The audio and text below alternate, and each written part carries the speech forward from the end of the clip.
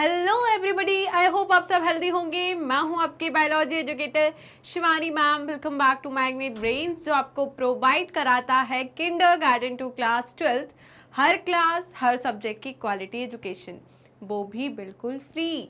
जी हाँ, आपने सही सुना, मैग्नेट ब्रेन्स प्रोवाइड कराता है अनपेड सब्सक्रिप्शन।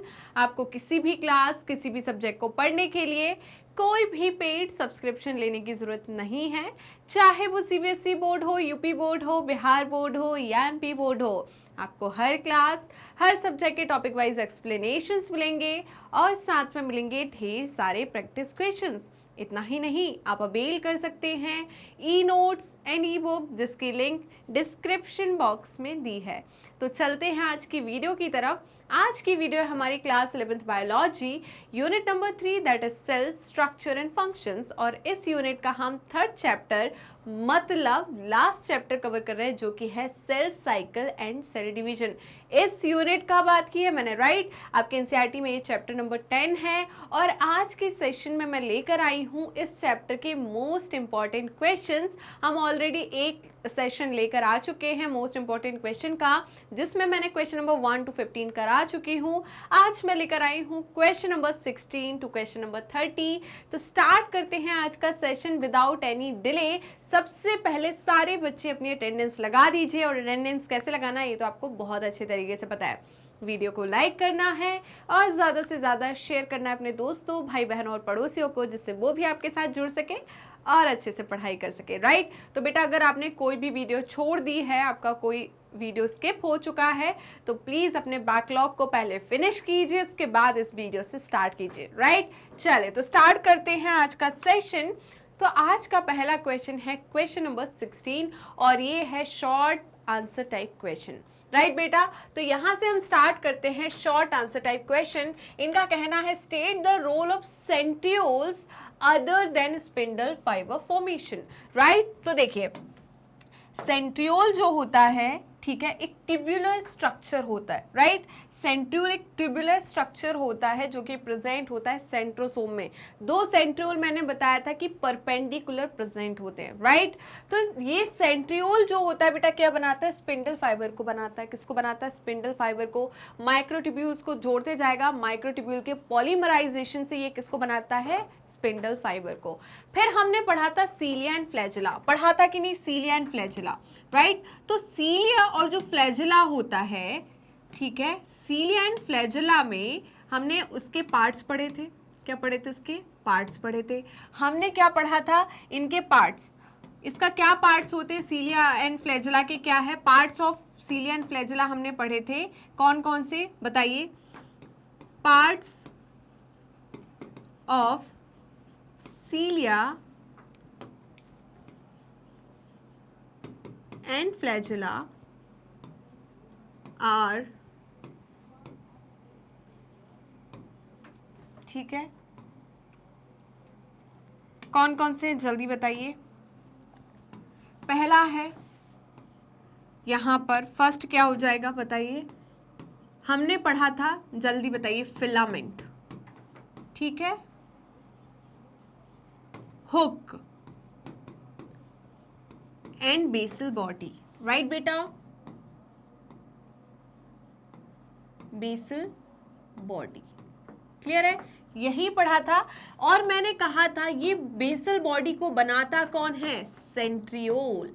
कौन बनाता है? Centriole, right. क्या यही पूछा है? सेंट्रियोल का फंक्शन पूछा है। तो बेटा यहाँ पर इसका रोल क्या है सीलिया एंड फ्लैजेला के फॉर्मेशन में? क्योंकि सेंट्रियोल ही वो पार्ट है, सेंट्रियोल ही वो ऑर्गेनल है जो किसको बनाता है? बेसल बॉडी को। जब मैंने थ्योरी पढ़ाई थी सीलिया एंड फ्लैजेला की, तो मैंने ये पॉइंट बताया था कि बेसल बॉडी को बनाता कौन है? सेंट्रियोल। तो यहाँ पर क्या रोल हो गया सेंट्रियोल का? Formation of cilia and flagellas part, that is basal body, right बेटा। इतना क्लियर हुआ या नहीं? तो जल्दी से इसका स्क्रीनशॉट ले लीजिए, जल्दी से स्क्रीनशॉट लीजिए। क्या आपने स्क्रीनशॉट ले लिया बताइए? तो हम एक बार देख लेते हैं। तो ये क्या बोल रहा है? The centriole form the basal body of cilia and flagella. क्या मैंने यही बोला कि सेंट्रियोल जो है बेटा वो क्या फॉर्म करता है? Basal body. किसकी basal body? Cilia and flagella की। राइट बेटा, तो जल्दी से बिना किसी देरी के इसका स्क्रीनशॉट ले लीजिए, और जो बच्चे अभी आए हैं प्लीज जल्दी से सेशन को लाइक कर दीजिए और लिंक को ज्यादा से ज्यादा शेयर कीजिए। राइट, चलिए तो स्टार्ट करते हैं नेक्स्ट क्वेश्चन, और आज का नेक्स्ट क्वेश्चन है क्वेश्चन नंबर 17। राइट, इनका कहना है कि mitochondria and plastids have their own DNA. बिल्कुल भाई, हमने बोला था कि प्लास्टेड मतलब क्लोरोप्लास्ट एंड माइटोकॉन्ड्रिया, ये दोनों क्या कहलाते हैं? Semi autonomous cell organelle. क्यों कहते हैं इनको सेमी ऑटोनोमस सेल ऑर्गेनेल?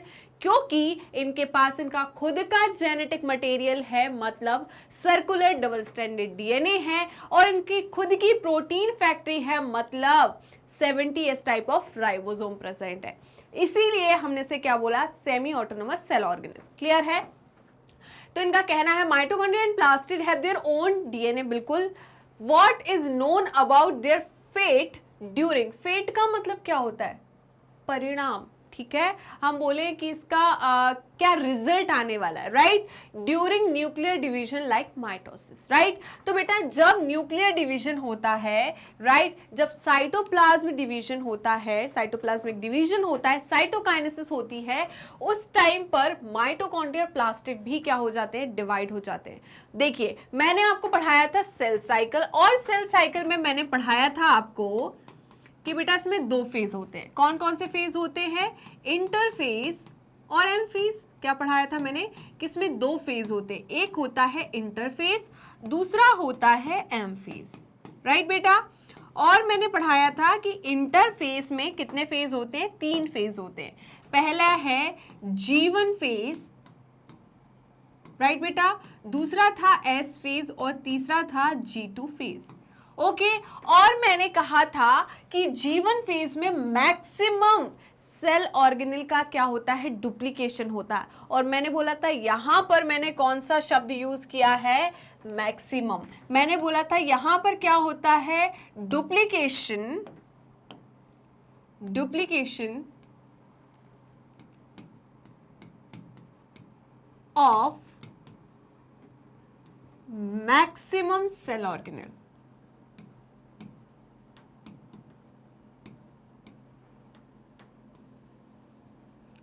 क्या यही बोला था बेटा? बताइए, है ना? और यहां पर हमने बोला था डुप्लीकेशन ऑफ डीएनए होता है, सेंट्रियोल का डुप्लीकेशन होता है, हिस्टोन प्रोटीन का फॉर्मेशन होता है। राइट, ये 3 चीजें हमने यहां बोली थी। क्या बोला था? डुप्लीकेशन ऑफ सेंट्रियोल,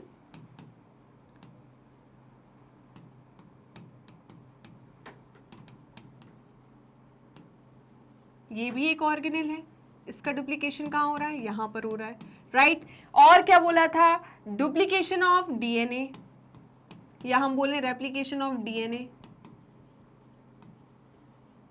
और क्या बोला था बेटा मैंने? और मैंने कहा था यहां पर क्या होता है? जल्दी बताइए। यहां पर फॉर्मेशन होता है, फॉर्मेशन ऑफ हिस्टोन प्रोटीन, यही बोला था मैंने। राइट, और मैंने कहा था G2 फेज के बारे में। क्या कहा था G2 फेज के बारे में? G2 फेज के बारे में मैंने कहा था कि G2 फेज वो फेज है, G2 फेज वो फेज है जहां पर क्या होता है? यहां पर होता है दो चीज, फॉर्मेशन ऑफ ट्यूबुलेंट प्रोटीन, जो कि क्या बनाने वाले हैं आगे चल के? पॉलीमराइज होकर स्पिंडल फाइबर बनाने वाले हैं। तो ये प्रोटीन जो है, ये ट्यूबुलेंट प्रोटीन जो है, माइक्रोट्यूब्यूल्स जो है, वो कहां पर बन रहे हैं? G2 फेज में। राइट, और मैंने बोला था यहां पर किसका डुप्लीकेशन होता है? Duplication of mitochondria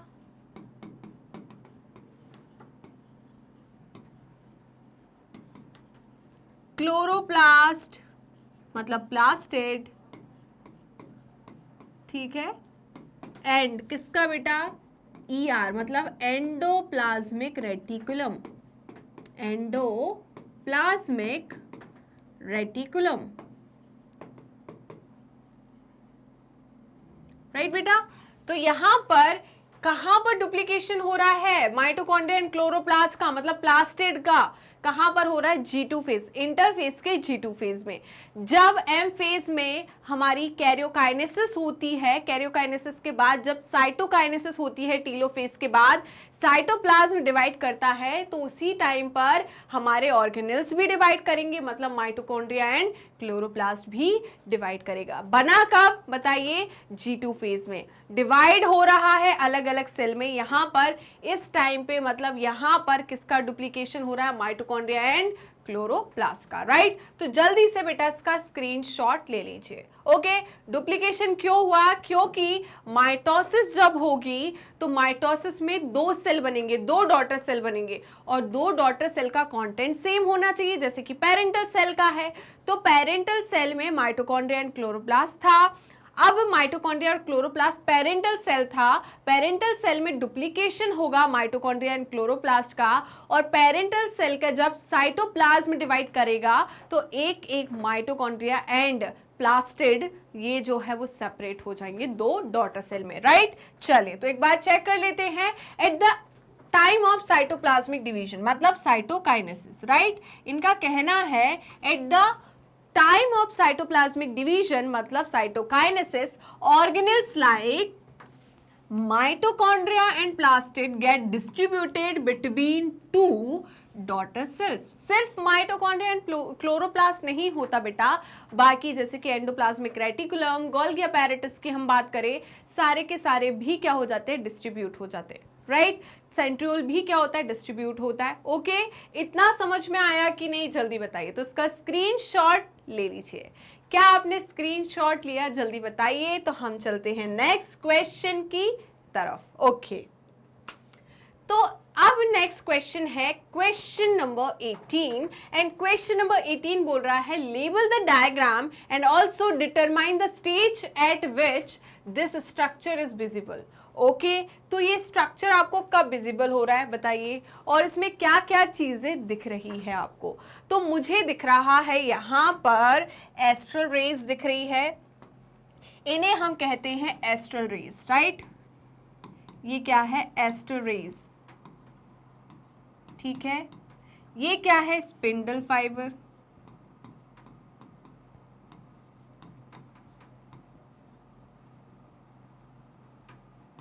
okay. ये क्या है, क्रोमोसोम,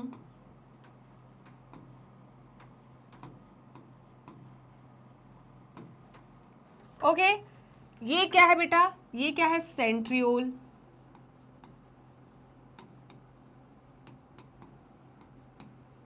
ओके।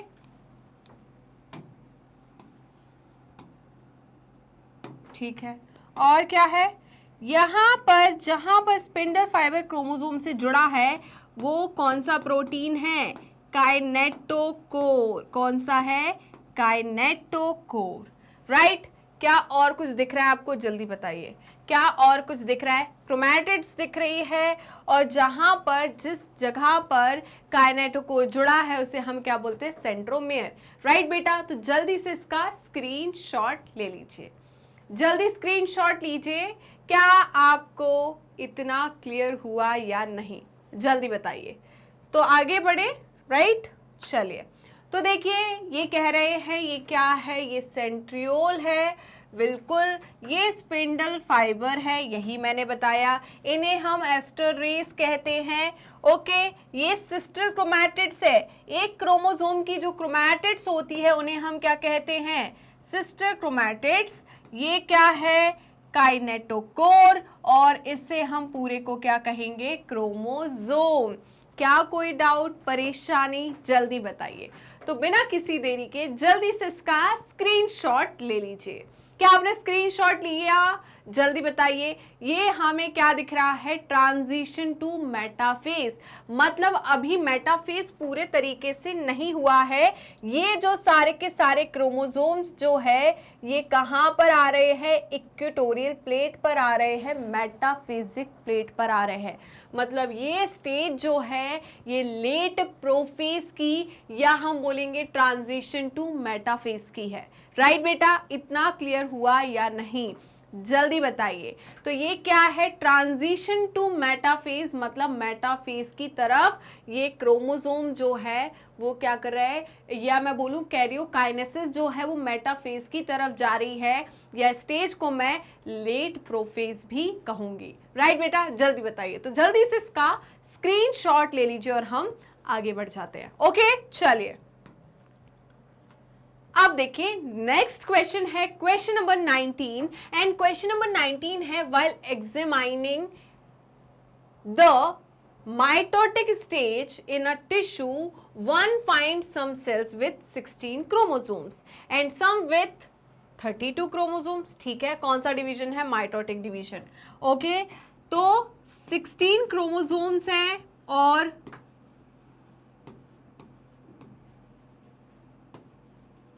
दूसरे में कितने हैं, 32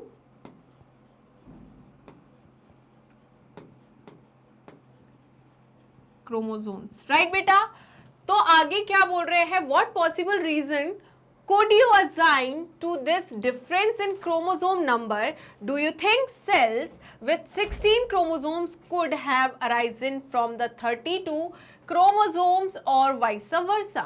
तो क्या आप बता सकते हैं कि ये जो 16 क्रोमोसोम्स है ये किससे आए होंगे, 32 क्रोमोसोम से आए होंगे। बिल्कुल, तो मैं बोलूं एक ऐसा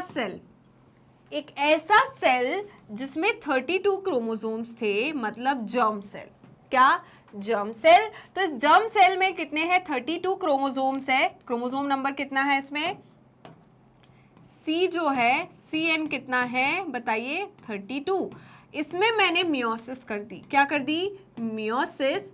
तो मुझे जो सेल्स मिलेंगे उसमें क्रोमोसोम का नंबर कितना होगा, 16। तो हम बोल सकते हैं हाँ 32 क्रोमोसोम में क्या हुई है, मियोसिस हुई है। एक सेल जिसमें 32 क्रोमोसोम थे उसमें मियोसिस हुई, तो हमें एक ऐसा सेल मिला जिसमें कितने, 16 क्रोमोसोम्स है। तो हमने बिल्कुल इसको क्या कर दिया, प्रूव कर दिया। और इन्होंने बोला वाइसा वर्सा, क्या इसमें भी ये एप्लीकेबल है, बिल्कुल है। तो इनका कहना है कि ये कैसे हो सकता है कि 16 क्रोमोसोम से 32 क्रोमोसोम आ जाए। बिल्कुल, हमने दो सेल लिए 16 क्रोमोसोम वाले, कौन से सेल, इन्हें हमने बोला गैमीट। ठीक है, तो यहाँ पर ये जो सेल है इसमें कितने क्रोमोसोम है, 16, और दूसरा सेल है जिसमें कितने क्रोमोसोम है, 16। तो यहाँ पर क्या हुई, सिनगैमी, क्या हुई, सिनगैमी, जिसे मैं क्या बोलती हूँ, फर्टिलाइजेशन भी कहती हूँ। राइट, तो मुझे ये जाइगोट जो मिलेगा, इस जाइगोट में कितने सेल होंगे बताइए, 32। तो समझ में आ गया कैसे 16 से 32 ये क्या हुई है, जल्दी बताइए। यहाँ पर सिनगैमी हुई है और यहाँ पर मियोसिस हुआ है। राइट बेटा, तो जल्दी से इसका स्क्रीनशॉट ले लीजिए, जल्दी स्क्रीनशॉट लीजिए। क्या आपने स्क्रीनशॉट लिया, जल्दी बताइए। तो हम आगे बढ़ते हैं, समझ में आया। इनका कहना है कि mitotic stage in tissue, one find that एक सेल में 16 क्रोमोसोम थे और एक दूसरा सेल था जिसमें 32 क्रोमोसोम थे। What possible reason could you assign to this difference in chromosome? आप कैसे बता पाओगे कि ये क्रोमोसोम में जो डिफरेंस आ रहा है कि एक सेल में 16 क्रोमोसोम है दूसरे में 32 है, ऐसा क्यों है?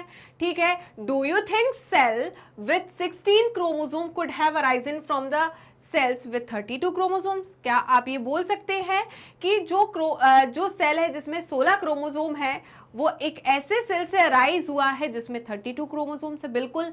तो हम जर्म सेल की बात करें तो वो डिप्लॉइड होता है, उसमें मियोसिस होती है तो हैप्लॉइड सेल बनता है।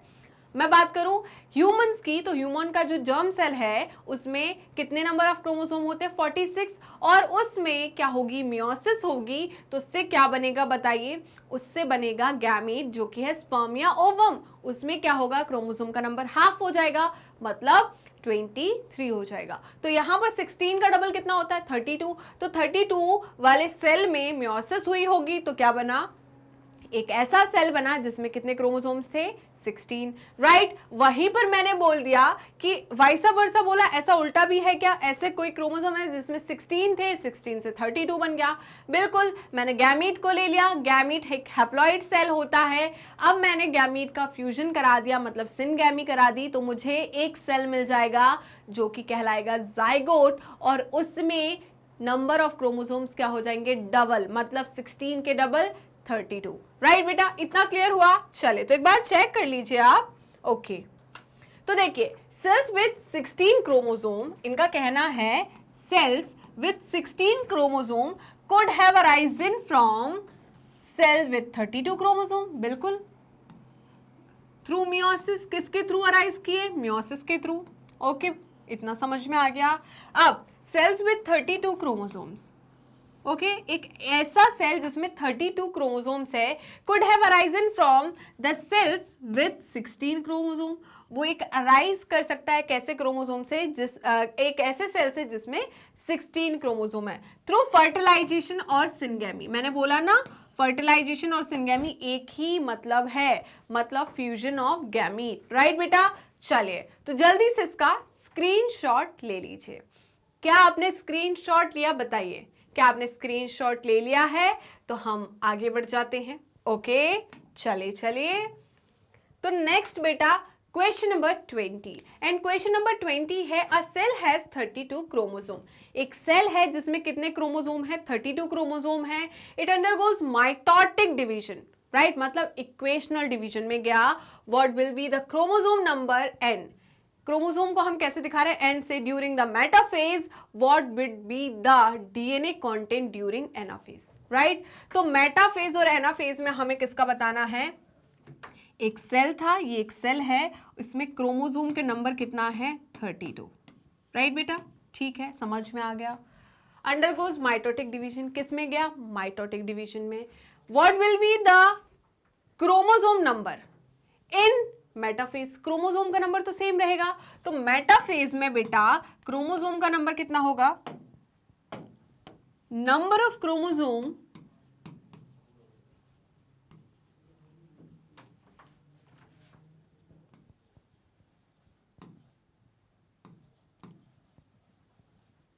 During metaphase. मेटाफेज ही पूछा है ना, कितना होगा मैम, सेम ही होगा। क्रोमोसोम का नंबर तो डबल होता ही नहीं है। कितना होगा जल्दी बताइए, कितना होगा? तो यहां पर क्रोमोसोम का नंबर होने वाला है कितना, क्रोमोसोम को हमने किससे दिखाया है, n से, नंबर को n से दिखाया है, तो कितना होगा जल्दी बताइए। मैम यहां पर क्रोमोसोम का नंबर तो सेम होगा, मतलब 32 होगा, राइट बेटा। इतना समझ में आया कि नहीं, जल्दी बताइए। अब इनका कहना है what would be the DNA content, ठीक है। तो हम बोल रहे हैं पहला पॉइंट तो ये हो गया, दूसरा डीएनए कंटेंट का मतलब अमाउंट, डीएनए कंटेंट ड्यूरिंग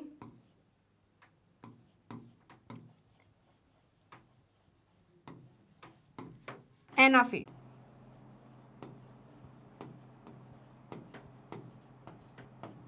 कितना होगा जल्दी बताइए। एनाफेज में यहां पर डीएनए का कंटेंट कितना होगा जल्दी बताइए, 2C। कितना होगा बेटा, 2C। ओके, इतना क्लियर हुआ या नहीं? तो जल्दी से बिना किसी देरी के इसका स्क्रीनशॉट ले लीजिए। क्या आपने स्क्रीनशॉट लिया, बताइए। चलिए तो देखिए chromosome number and during metaphase कितना होगा, 32। डीएनए कंटेंट मतलब C ड्यूरिंग एनाफेज कितना है, 2C। ओके, क्या मैंने 2N लिख दिया था वहां पर, बताइए। क्या मैंने 2N लिख दिया था? हाँ, 2C ही लिखा था, है ना। चलिए आगे बढ़े बेटा। चले तो आगे बढ़ते हैं नेक्स्ट क्वेश्चन की तरफ। उससे पहले इसका स्क्रीनशॉट ले लीजिए। क्या आपने स्क्रीनशॉट लिया? तो चलते हैं नेक्स्ट क्वेश्चन, क्वेश्चन नंबर 23 की तरफ। Mitosis results in the producing of two cells which are similar to each other, right. Mitosis जो है उसको हम इक्वेशनल डिवीजन कहते हैं, और इसमें जो सेल मिलते हैं वो हमें सिमिलर मिलते हैं, क्योंकि इसमें किसी भी प्रकार का क्या नहीं होता, क्रॉसिंग ओवर नहीं होती, यहाँ पर आपको वेरिएशंस, चेंजेस देखने को नहीं मिलते। तो कैसे मिलते? सिमिलर सेल्स देखने को मिलते हैं। What would be the consequences if each of the following irregularities occur during mitosis? तो ये कुछ इरेगुलरिटीज है, अगर ये होती है तो इसके कॉन्सिक्वेंसेस क्या होंगे, मतलब इसका नतीजा क्या होगा? तो देखते हैं। इन्होंने कहा nuclear membrane fails to disintegrate, मतलब भाई न्यूक्लियर मेम्ब्रेन जो है प्रोफेज में क्या होती थी? डिसइंटीग्रेट होती थी। बट ये एक ऐसी कंडीशन है, इरेगुलरिटी है, जिसमें न्यूक्लियर मेम्ब्रेन डिसइंटीग्रेट नहीं हो रही। मतलब विदाउट न्यूक्लियर मेम्ब्रेन डिसइंटीग्रेशन क्या होगा? माइटोसिस होगा, और इससे हम कहते हैं एंडो रेप्लिकेशन। ठीक है, तो यहां पर क्या हो रहा है? Without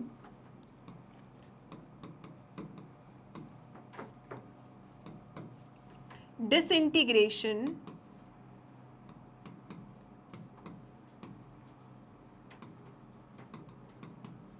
of nuclear membrane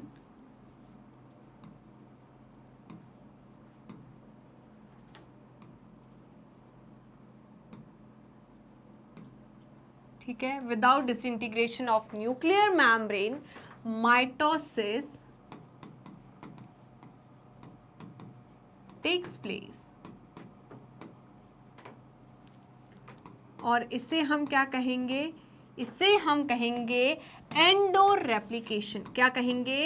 endo replication, right. मतलब न्यूक्लियस के अंदर क्या होगा? माइटोसिस होगी, राइट बेटा। चलिए नेक्स्ट है duplication of DNA does not अकर। यहां पर डीएनए का डुप्लीकेशन ही नहीं हो रहा, मतलब नो माइटोसिस। क्या नहीं होगा? माइटोसिस ही नहीं होगा। थर्ड है सेंट्रोमियर डू नॉट डिवाइड। यहां पर सेंट्रोमियर डिवाइड नहीं करेगा, तो यहां पर क्या होगा? जल्दी बताइए। डीएनए का कंटेंट डबल होगा सेंट्रोमियर में, मतलब यहां पर कौन सी कंडीशन देखने को मिलेगी? पॉलीप्लॉइडी। क्या देखने को मिलेगी? पॉलीप्लॉइडी, मतलब क्रोमैटिड्स जो है वो सेपरेट नहीं हुई है, राइट। साइटोकाइनेसिस डज नॉट अकर, ऐसा बिल्कुल होता है। मैंने जब आपको कैरियोकाइनेसिस और साइटोकाइनेसिस पढ़ाया था तो मैंने बोला था कि every karyokinesis does not followed by cytokinesis, right. तो हर कैरियोकाइनेसिस के बाद यहाँ पर साइटोकाइनेसिस नहीं होती, और इसका रिजल्ट क्या होता है? जल्दी बताइए। यहाँ पर आपको कैसी कंडीशन मिलती है? Multi nucleated condition. Multi nucleated condition मतलब एक सेल के अंदर बहुत सारे न्यूक्लियस या एक से ज़्यादा न्यूक्लियस होंगे, जिसे हम सिंसीजियम कहते हैं। क्या कहते हैं? सिंसीजियम। ठीक है, इसे हम क्या बोलते हैं? सिंसीजियम। एग्जाम्पल है, जल्दी बताइए, क्या होगा? Coconut water. क्या होगा? कोकोनट वाटर, जिसे हम क्या बोलते हैं? फ्री न्यूक्लियर एंडोस्पर्म, राइट बेटा। चलिए तो जल्दी से इसका स्क्रीनशॉट ले लीजिए। इसे हम क्या बोलते हैं? Free nuclear endosperm. Free nuclear endosperm, right बेटा। चलिए कितना क्लियर हुआ? जल्दी बताइए। तो स्क्रीनशॉट ले लीजिए, इसका स्क्रीनशॉट लीजिए। क्या आपने स्क्रीनशॉट लिया? ओके, तो देखिए क्या बोल रहे हैं ये। Nuclear membrane fail to disintegrate in this condition mitosis takes place within the nucleus. कहां हो रही है माइटोसिस? न्यूक्लियस के ही अंदर, within the nucleus, right. This is called endo replication. इसे हम क्या कहते हैं? Endo replication, right. दूसरा था duplication of DNA does not take place, not occur, this will be no mitosis, right, no mitosis. Next था, बताइए, centromere do not divide, मतलब पॉलीप्लॉइडी अपीयर्स। क्या होगा? पॉलीप्लॉइडी अपीयर होगी। Cytokinesis does not occur in some organism. Karyokinesis is not followed by cytokinesis, क्या यही बोला था? कैरियोकाइनेसिस के बाद साइटोकाइनेसिस नहीं होती, as a result of which multi nucleated condition arises. इसके कारण क्या होती है? मल्टी न्यूक्लिएटेड कंडीशन होती है। क्या होती है? Multi nucleated condition. क्या होती है? Multi nucleated condition arises leading to the formation of syncytium. इसका रिजल्ट क्या होता है? सिंसीजियम, मतलब मल्टी न्यूक्लिएटेड कंडीशन। इसे एग्जाम्पल के तौर पे हम याद रख सकते हैं लिक्विड एंडोस्पर्म इन कोकोनट, मतलब कोकोनट वाटर का। राइट बेटा, चलिए तो यहां पर जल्दी से इसका स्क्रीनशॉट ले लीजिए, जल्दी फटाफट। क्या यही सारे पॉइंट्स समझाए थे मैंने? जल्दी बताइए। तो स्क्रीनशॉट लीजिए और हम आगे बढ़ जाते हैं। ओके चलिए आप देखिए नेक्स्ट क्वेश्चन है क्वेश्चन नंबर 22, और क्वेश्चन नंबर 22 बोल रहा है the following events occur during the various phases of the cell cycle, name the phase against each of the events. ठीक है, तो पहला फेज है disintegration of nuclear membrane. Right, तो हम क्या पढ़ते हैं? Early prophase and late prophase. तो लेट प्रोफेज के होते होते न्यूक्लियर मेम्ब्रेन क्या हो जाती है? डिसइंटीग्रेट। राइट, तो ये कब हो रहा है बेटा? जल्दी बताइए, ये कब हो रहा है? ये हो रहा है बेटा लेट प्रोफेज पर। कब हो रहा है? Late prophase. ओके, नेक्स्ट है बेटा अपीयरेंस ऑफ न्यूक्लियोलस। न्यूक्लियोलस कब अपीयर होता है? डिसअपियर कब होता है? जल्दी बताइए। प्रोफेज में। रीअपियर कब होता है? जल्दी बताइए। टीलोफेज में। तो यहां पर अपीयरेंस कब होगा? टीलोफेज में। कब होगा? टीलोफेज में। राइट, नेक्स्ट है डिवीजन ऑफ सेंट्रोमियर। सेंट्रोमियर कब डिवाइड करता है? एनाफेज में। कब डिवाइड करता है बेटा? एनाफेज। रेप्लिकेशन ऑफ डीएनए कब होता है? सिंथेसिस फेज में, मतलब एस फेज में। राइट, क्या कोई डाउट, परेशानी? जल्दी बताइए। तो इसका स्क्रीनशॉट ले लीजिए, जल्दी फटाफट इसका स्क्रीनशॉट लीजिए। तो क्या आपने स्क्रीनशॉट ले लिया है? बताइए। ओके, आगे बढ़े, चलिए। याद है? तो डिसइंटीग्रेशन ऑफ न्यूक्लियर मेम्ब्रेन कब होती है? लेट प्रोफेज पर होता है। अपीयरेंस ऑफ न्यूक्लियोलस कब होता है? टीलोफेज में। डिवीजन ऑफ सेंट्रोमियर एनाफेज में होता है। तभी तो जो सिस्टर क्रोमैटिड्स है वो अपोजिट पोल पर क्या होती है? मूव करती है। किसकी वजह से? स्प्लिटिंग ऑफ सेंट्रोमियर की वजह से। राइट, और रेप्लिकेशन ऑफ डीएनए कब होता है? एस फेज में। तो जल्दी से बिना किसी देरी के इसका स्क्रीनशॉट ले लीजिए और सेशन को लाइक करना बिल्कुल मत भूलिएगा। राइट, चलिए ओके, आगे बढ़े बेटा। नेक्स्ट है question number 23 and question number 23 है name the cell that is found arrested in diplotene stage for months and year, comment in 2 to 3 lines how it completes cell cycle. Right बेटा, तो यहाँ पर लैम्ब्रस chromosomes जो होते हैं, या मैं बात करूँ oocytes की, तो बहुत सारे वर्टिब्रेट्स के जो oocytes होते हैं, ठीक है, वो अरेस्ट हो जाते हैं डिप्लोटीन प्रोफेज 1 के डिप्लोटीन स्टेज में कुछ महीने से कुछ साल तक। राइट, जैसे कि मैं बात करूं ये जो एम्फीबियंस है, राइट, फ्रॉग जो है, इनके जो oocyte है वो अरेस्ट हो जाते हैं किसमें? जल्दी बताइए। डिप्लोटीन स्टेज में। हम बात करें ह्यूमंस की, तो ह्यूमंस में आपको मैंने 11th में तो ये चीज़ नहीं है, बट 12th में पढ़ाने वाली हूँ, 10th में भी आप पढ़ चुके हैं कि ह्यूमन में हम क्या देखते हैं? जब oogenesis हम देखते हैं, राइट, फॉर्मेशन ऑफ ओवम, तो हम देखते हैं कि स्टार्ट हो जाती है कब? एम्ब्रियोनिक स्टेज में, फीटल स्टेज में।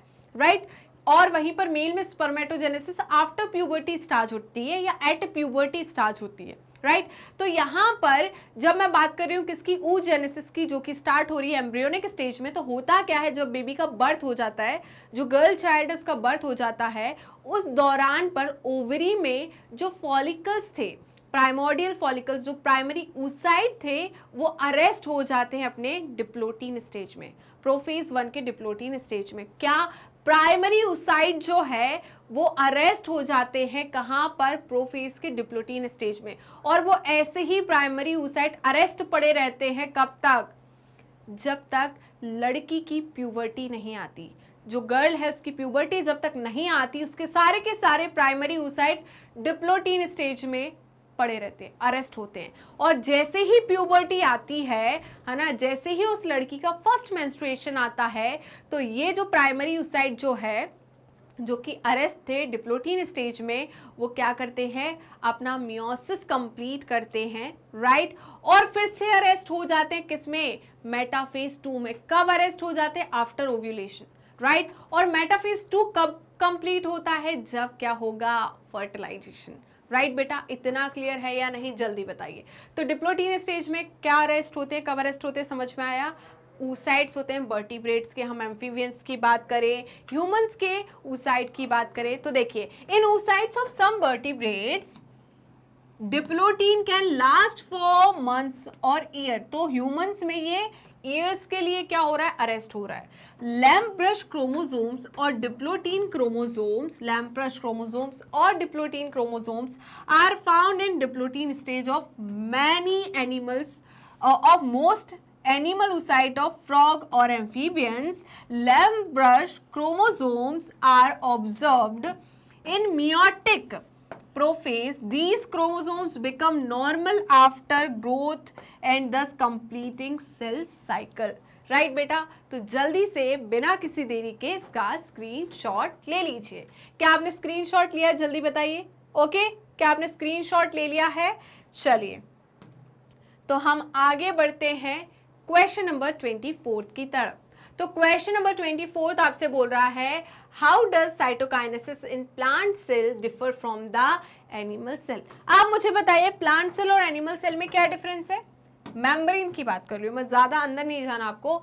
तो आप बोलोगे कि मैम प्लांट सेल जो होता है उसमें क्या होती है, ये उसकी कौन सी मेम्ब्रेन हो गई, सेल मेम्ब्रेन। और इस सेल मेम्ब्रेन के ऊपर होता है एक और rigid membrane, that is cell wall, right बेटा। तो ये हो गई सेल वॉल और ये हो गई सेल मेम्ब्रेन, राइट। या हम बोले प्लाज्मा मेम्ब्रेन। इतना समझ में आया या नहीं?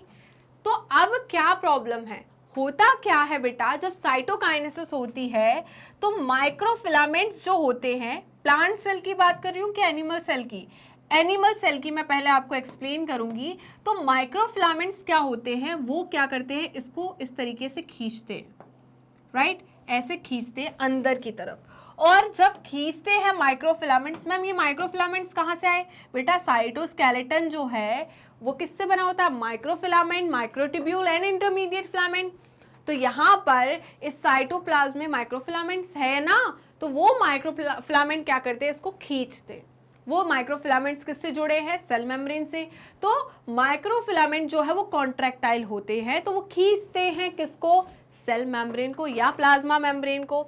तो ये सेल मेम्ब्रेन या प्लाज्मा मेम्ब्रेन जो होती है, राइट, सेल मेम्ब्रेन या प्लाज्मा मेम्ब्रेन जो होती है बेटा, ये क्या करती है, अंदर की तरफ खिंचती है, किसमें, एनिमल सेल में। इस तरीके से अंदर की तरफ सेल मेम्ब्रेन या प्लाज्मा मेम्ब्रेन जो है खिंचती है, खिंच रही है ये। और क्या करती है, खिंचते खिंचते आती है और एक जगह पर अटैच हो जाती है दोनों तरफ से। जहां पर ये अटैच हुई वहां से ये ब्रेक हो जाती है।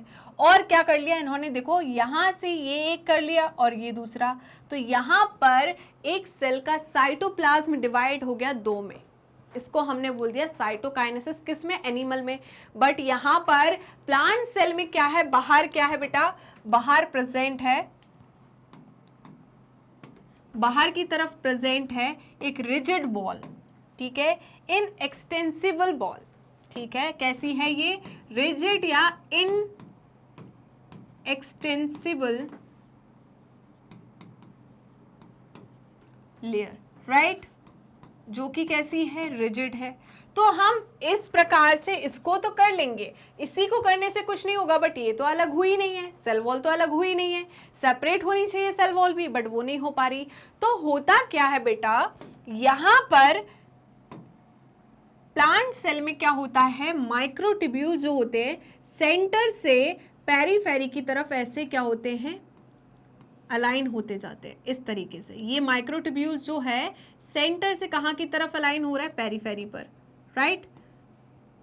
और एक वॉल बना लेते हैं, इसको हम बोलते हैं सेल प्लेट। क्या बोलते हैं? Cell plate, right. तो ये बन गई सेल प्लेट। कहाँ बनी? बाहर की तरफ, सेंट्रीफ्यूगल फॉर्मेशन हुआ इसका, सेंटर से पेरीफेरी की तरफ, राइट। किससे बनी है? माइक्रोट्यूब्यूल से, राइट। और इसकी जो एडजेसेंट वॉल है इस सेल प्लेट की, ये क्या बनाती है? जल्दी बनाइए। ये बनाती है मिडिल लैमेला, और यही मिडिल लैमेला किसका फॉर्मेशन करेगा? जल्दी बताइए। सेल वॉल का। तो यहाँ पर ये सेल वॉल बन जाएगी, यहाँ पर सेल वॉल बन जाएगी, तो ये 2 सेल हो जाएंगे। क्या हो जाएंगे? 2 सेल, राइट। तो ये क्या है? मिडिल लैमेला है। क्या है? Middle lamella, right. चलिए, तो जल्दी से बेटा इसका स्क्रीनशॉट ले लीजिए। क्या है ये? पिंक कलर के माइक्रोट्यूब्यूल से एक क्या है? माइक्रोट्यूब्यूल। कैसे अरेंजमेंट हो रहा है इन माइक्रोट्यूब्यूल का? सेंट्रीफ्यूगल अरेंजमेंट हो रहा है। कैसा अरेंजमेंट हो रहा है? सेंट्रीफ्यूगल अरेंजमेंट, मतलब सेंटर से कहाँ की तरफ? पेरीफेरी की तरफ। कहाँ से? सेंटर से पेरीफेरी की तरफ, राइट। चलिए, तो जल्दी से बिना किसी देरी के इसका स्क्रीनशॉट ले लीजिए। क्या आपने स्क्रीनशॉट ले लिया है? बताइए, तो हम आगे बढ़ जाते हैं। Okay, in animal cell cytokinesis achieved by the appearance of furrow. अभी मैंने बनाया था, एनिमल सेल में फरो फॉर्मेशन किया था, राइट। तो इनका कहना है in animal cell cytokinesis achieved by furrow in the plasma membrane या सेल मेम्ब्रेन, राइट। किसमें फरो बनता है? एक फरो का मतलब क्या है? एक नुकीला सा स्ट्रक्चर फॉर्म होता है अंदर की तरफ, right. The furrow gradually deepens, अंदर की तरफ बढ़ते जा रहा था, बढ़ रहा था कि नहीं? जो फरो है वो ग्रेजुअली डीपेंस होते जा रहा था, एल अल्टीमेटली ज्वाइंस, और क्या हो गया था? एक पॉइंट पे जाकर ज्वाइन हो गया था इन the centre, dividing the cytoplasm into 2। और इसने क्या किया था? सेल का जो साइटोप्लाज्म था उसको 2 में डिवाइड कर दिया था। ये तो हमने बात कर ली एनिमल सेल की। बट हम प्लांट सेल की बात करें तो plant cells however are enclosed by the relatively inextensible cell wall. तो मैंने कहा था ना कि प्लांट सेल में जो आउटर वॉल है उससे हम सेल वॉल कहते हैं, और ये कैसी है? इनएक्सटेंसिबल है, मतलब फ्लेक्सिबल नहीं है, इसे हम इस तरीके से नहीं खींच सकते। ये कैसी है? रिजिड है। प्लाज्मा मेम्ब्रेन कैसी होती है? फ्लेक्सिबल, है ना। Therefore they undergo cytokinesis by different mechanism. अब यहाँ पर हम फरो फॉर्मेशन नहीं कर सकते क्योंकि प्लाज्मा मेम्ब्रेन तो एक्सटेंसिबल है, वो तो फ्लेक्सिबल है, बट सेल वॉल जो है वो कैसी है? इनएक्सटेंसिबल है, मतलब रिजिड है, तो उससे हम ऐसे डिवाइड नहीं कर सकते। तो हमें दूसरी मैकेनिज्म क्या करना पड़ा? जल्दी बताइए। दूसरी मैकेनिज्म के थ्रू साइटोकाइनेसिस करनी पड़ी प्लांट सेल में। In plant cells wall formation starts in the centre of the cell and grows outward to meet. अब यहाँ पर क्या हो रहा है? एक वॉल बन रही है, मतलब हमने क्या किया? इस कमरे में ईंट को रखना स्टार्ट किया। कहाँ से? मुझे इस सेल को डिवाइड करना है, बट मैं डिवाइड नहीं कर सकती क्योंकि मैं इन वॉल्स को यहाँ पर क्या नहीं कर सकती? बताइए। इनको बीच में जोड़ नहीं सकती, फरो फॉर्मेशन नहीं कर सकती क्योंकि ये क्या है? रिजिड है, इनएक्सटेंसिबल है, तो मैं ऐसा नहीं कर सकती। तो मुझे क्या करना पड़ेगा? बीच में दीवार उठाना पड़ेगा, और उस दीवार को उठाने के लिए मैंने सेंटर से ईंट को जमाना स्टार्ट किया दीवार की तरफ, राइट। सेंटर से मैंने ईंट को जमाना स्टार्ट किया दीवार की तरफ, मतलब सेंटर टू पेरीफेरी, इसे हम सेंट्रीफ्यूगल बोलते हैं, राइट। तो यहां पर इन्होंने क्या करा? वॉल का फॉर्मेशन करा। कहां से? सेंटर से आउटवर्ड, आउटवर्ड मतलब पेरीफेरी की तरफ, to meet existing lateral wall. कहां तक किया? जो लेटरल वॉल्स थी वहां तक ये क्या कर दिया? हमने इसको पहुंचा दिया, मतलब इनकी तरफ पहुंचा दिया। Okay, the formation of the new cell wall begins with the formation of simple precursor called the cell plate. तो ये जो वॉल बनी है इससे मैं क्या बोलती हूँ? Cell plate. Okay, that represents the middle lamella, जो कि किसको रिप्रेजेंट कर रही है? मिडिल लैमेला को, between the wall two adjacent cell, right.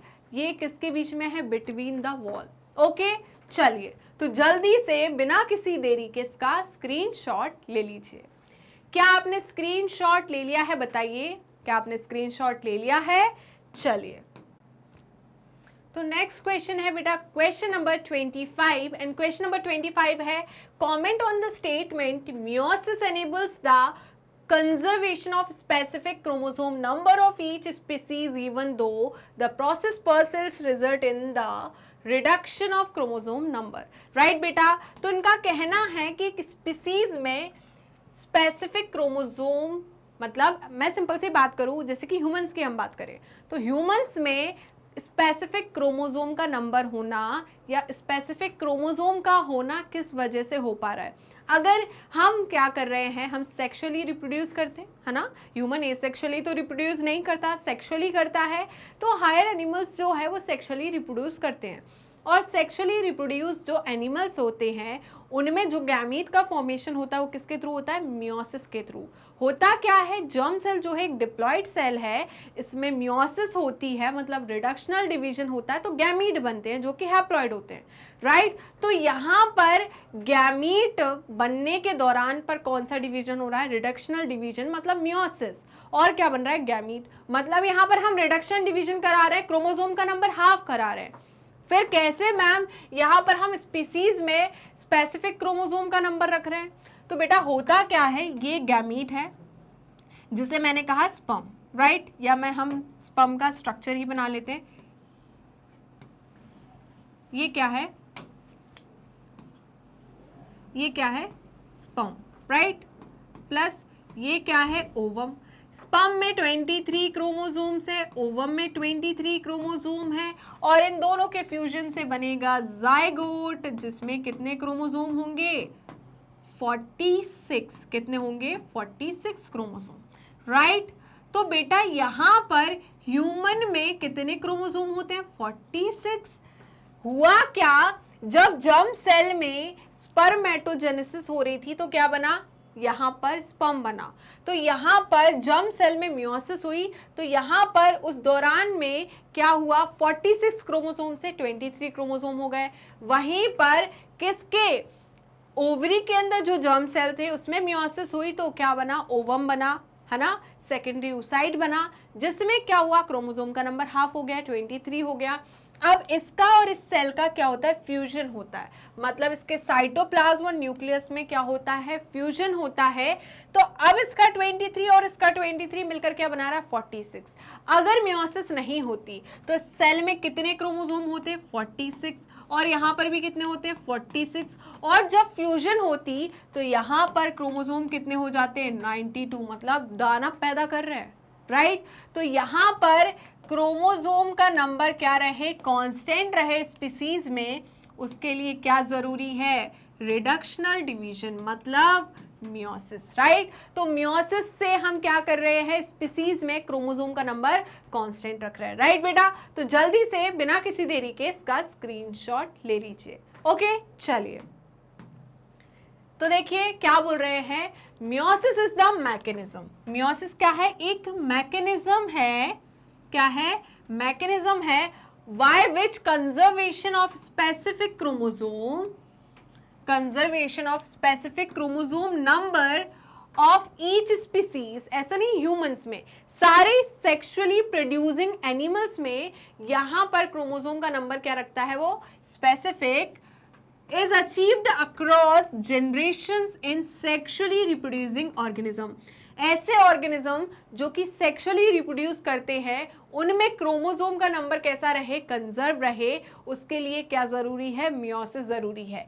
Even though the process per cell paradoxically results in the reduction of chromosome number by half, but fertilization restore chromosome number. मैंने क्या कराया था? Fusion करा दिया था sperm और ovum का, जिसे हमने फर्टिलाइजेशन कहा। उसमें क्या हो रहा है बताइए? वहां पर फिर से हमने रीस्टोर कर लिया 46 क्रोमोसोम को, जो कि ह्यूमन सेल में होता है, राइट बेटा। तो जल्दी से बिना किसी देरी के इसका स्क्रीनशॉट ले लीजिए। क्या आपने स्क्रीनशॉट ले लिया है? बताइए। तो हम आगे बढ़ जाते हैं। चलिए तो आगे देखते हैं। नेक्स्ट क्वेश्चन है question number 23rd and question number 23rd है बेटा, comment on the statement telophase is reverse of prophase. Okay, बिल्कुल हम बता सकते हैं कि यहाँ पर मैंने आपको जब प्रोफेज पढ़ाया था और टेलोफेज पढ़ाया था तो मैंने बोला था टेलोफेज जो है वो रिवर्स होता है प्रोफेज का। जो जो प्रोसेस जो है वो आपको प्रोफेज में देखने को मिलती है उसका रिवर्स कर दो जो कि टेलोफेज में देखने को मिलेगी। तो प्रोफेज के आपको क्या क्या इवेंट्स याद है? प्रोफेज के क्या क्या इवेंट्स याद है आपको, जल्दी बताइए। तो मुझे याद है प्रोफेज में यहां पर होता था क्रोमैटिन का कंडेंसेशन। क्या होता था? Chromatin condensation.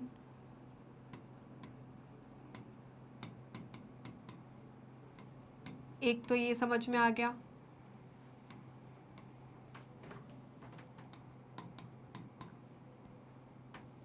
और क्या होता था? यहां पर डिसइंटीग्रेशन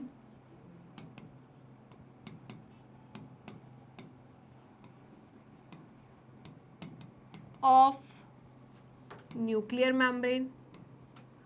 न्यूक्लियर मेम्ब्रेन का क्या होता था बेटा? डिसइंटीग्रेशन, बिल्कुल।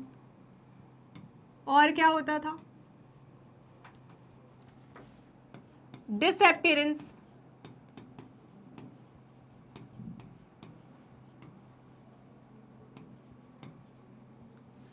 ऑफ सेल ऑर्गेनेल, या हम सिंपल ऑर्गेनेल भी बोलेंगे तो वही सही है, एग्जैक्ट वही सही होता है, सेल ऑर्गेनेल, राइट। और क्या बोलेंगे? Spindle fibre formation.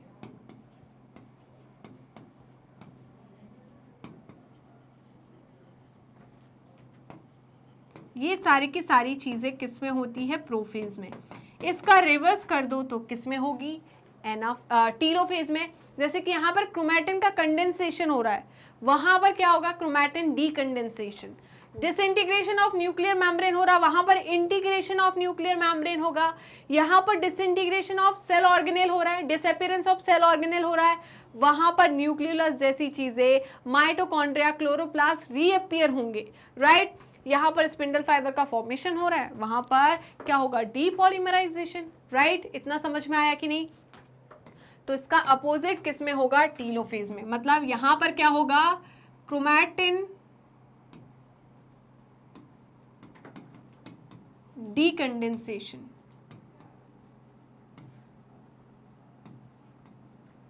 राइट। और क्या होगा? यहां पर डिसइंटीग्रेशन ऑफ न्यूक्लियर मेम्ब्रेन हो रहा है, यहां पर होगा integration of nuclear membrane,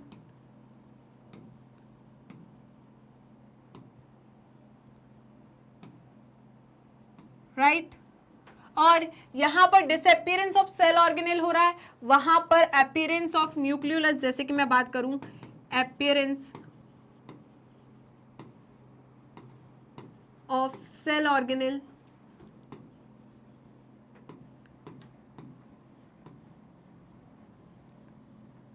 like nucleolus, mitochondria,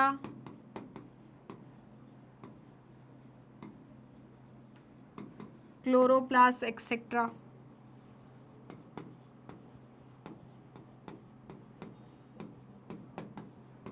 ठीक है, यहां पर स्पिंडल फाइबर फॉर्मेशन हो रहा है, वहां पर डीपॉलीमराइजेशन होगा, राइट। चलिए तो जल्दी से इसका स्क्रीनशॉट ले लीजिए। ओके, ये सारे के सारे जो है ये किस में होंगे? जल्दी बताइए। ये होंगे बेटा टेलोफेज में। ये किस में होने वाले हैं? टेलोफेज में। किस में होने वाले? टेलोफेज में। ओके, समझ में आया कि नहीं? और ये किसका है? प्रोफेज का। चलिए तो समझ में आया या नहीं? चलो तो देखिए, prophase is marked bye initiation of condensation, right. यहां पर कंडेंसेशन बिगिन होता है, बिल्कुल। यहां पर इनिशिएशन ऑफ कंडेंसेशन हो रहा है, किसका होगा? क्रोमोसोमल मटेरियल का, मतलब क्रोमैटिन। ओके, फिर the chromosomal material become untangled during the process of chromatin condensation. यहाँ पर क्रोमैटिन मटेरियल, क्रोमोसोमल मटेरियल जो है वो क्या होता है, अनटेंगल्ड हो जाता है during chromatin condensation. At the beginning of the final stage of mitosis, it means telophase, the chromosomes that have reached their respective poles decondense and loses the individuality. right? तो मतलब यहाँ पर क्या हो रहा है, प्रोफेज के अपोजिट किस में हो रहा है, टीलोफेज में। राइट मैंने सारे के सारे पॉइंट लिखवा दिए, यहाँ इतना नहीं लिखा है डिटेल में, बट सारे के सारे पॉइंट्स यहाँ हो गए। ओके चलिए तो आगे अब देखिए उन्होंने क्या बोला है, cell at the end of prophase when viewed under the microscope do not show Golgi complex. Right तो हमने बोला है कि भाई डिसअपीयरेंस हो जाता है किसका, सेल ऑर्गेनेल का, है ना। तो यहाँ पर endoplasmic reticulum, Golgi apparatus, nucleolus, ये क्या है, सारे के सारे सेल ऑर्गेनेल है। न्यूक्लियर एनवेलप मतलब डिसइंटीग्रेशन ऑफ न्यूक्लियर मेम्ब्रेन, ये सारे के सारे हमको किस में देखने को मिलता है, जल्दी बताइए, ये हमें प्रोफेज में देखने को मिलता है। In the telophase stage nuclear envelope assemble, यहाँ पर इंटीग्रेशन होता है, असेंबल का मतलब इंटीग्रेशन ऑफ न्यूक्लियर एनवेलप मतलब nuclear membrane around the chromosomes clusters. Okay nucleolus, Golgi complex and endoplasmic reticulum reform, फिर से क्या हो रहा है, रीफॉर्म, रीअपियर हो रहे हैं। तो जल्दी से इसका स्क्रीनशॉट ले लीजिए। क्या आपने स्क्रीनशॉट लिया, जल्दी बताइए, क्या आपने स्क्रीनशॉट लिया? चलिए तो हम आगे बढ़ जाए बेटा, जल्दी बताइए, आगे बढ़ जाते हैं। तो नेक्स्ट है question number 27 and question number 27 बोल रहा है बेटा, what are the various stages of meiotic prophase 1, enumerate the chromosomal events during each stage. तो प्रोफेज 1 की अगर हम बात करें तो प्रोफेज 1 को हमने सब डिवाइड किया है किसमें, 5 स्टेज में। प्रोफेज 1 को हमने क्या करा, सब डिवाइडेड इनटू 5 फेजेस। पहला है क्या है आपका लेप्टोटीन, दूसरा है जाइगोटीन,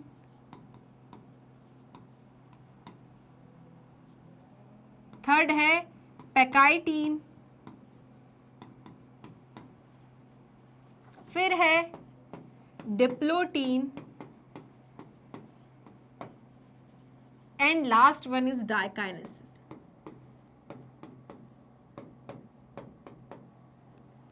राइट बेटा, तो ये क्या है, 5 स्टेज है किसकी, प्रोफेज 1 की। इतना क्लियर हुआ? चलिए तो अब क्या है बताइए, लेप्टोटीन में क्या होता है, क्रोमोसोम जो है विजिबल इन लाइट माइक्रोस्कोप, है ना। तो chromosome visible at in light microscope.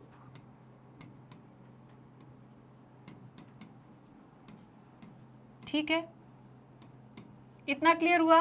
Next है जाइगोटीन।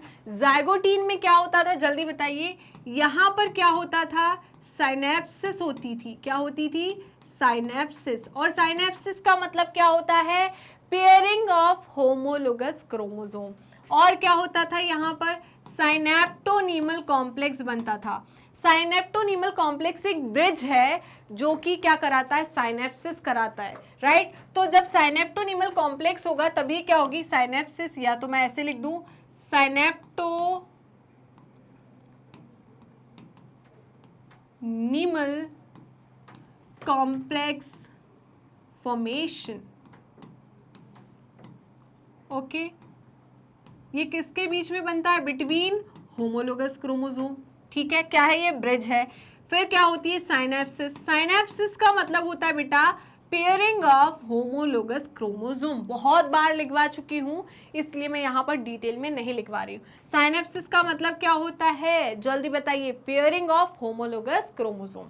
ओके उसके बाद हम बात करते हैं बाइवेलेंट और टेट्राड। बाइवेलेंट और टेट्राड जो है ये क्या है बेटा, जब साइनेप्सिस होती है तो जो स्ट्रक्चर फॉर्म होता है, साइनेप्सिस क्या हुआ, पेयरिंग हुई किसकी, होमोलोगस क्रोमोसोम की, पास पास आ गए। अब जब ये पास पास क्रोमोसोम आ गए तो ये एक स्ट्रक्चर दिख रहा है, ये इंडिविजुअल है, ये और ये क्रोमोसोम इंडिविजुअल है, ये होमोलोगस क्रोमोसोम है क्योंकि सेम पोजीशन पे है। अब ये पास आ रहे हैं, इससे हम कहेंगे साइनेप्सिस, ये हो गई साइनेप्सिस, राइट। इसको कहते हैं सिनेप्टोनीमल कॉम्प्लेक्स, ये है सिनेप्टोनीमल कॉम्प्लेक्स और ये है होमोलोगस क्रोमोसोम। तो यहां पर क्या हुई है, ये साइनेप्सिस, ओके, पेयरिंग हो गई होमोलोगस क्रोमोसोम की। तो जो स्ट्रक्चर आपको दिख रहा है इसे हम कहते हैं बाइवेलेंट और टेट्राड। बाइवेलेंट क्यों बोल रहे हैं, क्योंकि 2 क्रोमोसोम है।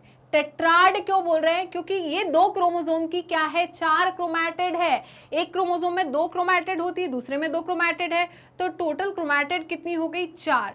तो क्रोमैटिड के बेसिस पर इसे हमने टेट्राड नाम दिया और 2 क्रोमोसोम के बेसिस पर हमने इसे बाइवेलेंट स्ट्रक्चर नाम दिया, राइट। तो बाइवेलेंट और टेट्राड जस्ट विजिबल, यहां पर सिर्फ ऐसा दिख रहा है, सिर्फ विजिबल होना स्टार्ट हुआ है, राइट बेटा। फिर क्या होता है, नेक्स्ट स्टेज आती है, दैट इज पैकाइटीन। पैकाइटीन में क्या होता है बेटा, यहां पर होता है, यहां पर बनता है रिकॉम्बिनेशन नोड्यूल।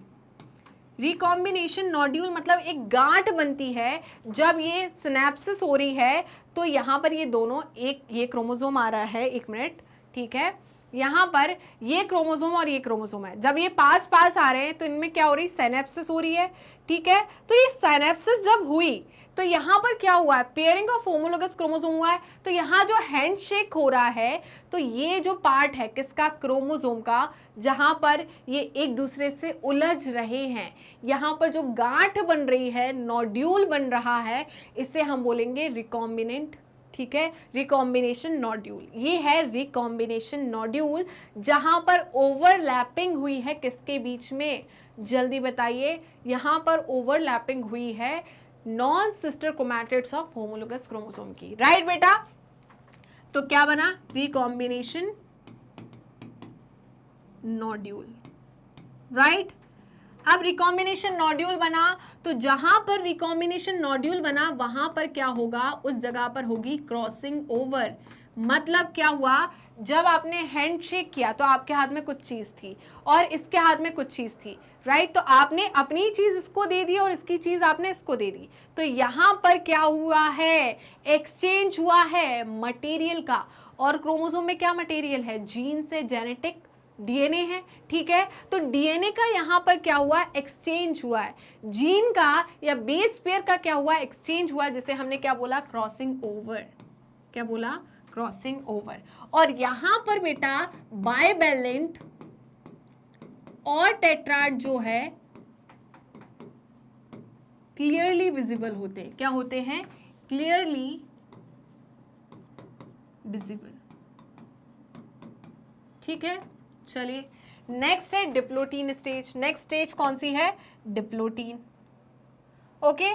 डिप्लोटीन स्टेज में क्या होता है बेटा, यहां पर क्या बनता है, अब यहां पर एक्सचेंज तो हो गया है ना, अब एक्सचेंज हुआ तो अब यहां पर आप हाथ छोड़ रहे हो, तो बाकी सब जगह से तो हाथ छूट जाएगा, मतलब ऐसे है आप, चलो तो ये सब जगह से तो छूट जाएगा।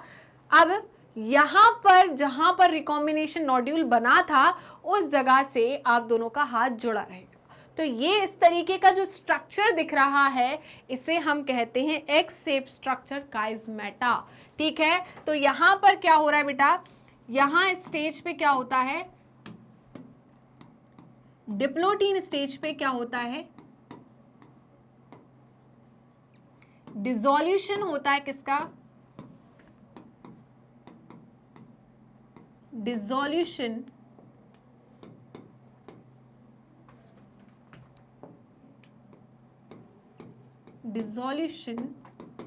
ऑफ सिनेप्टोनीमल कॉम्प्लेक्स,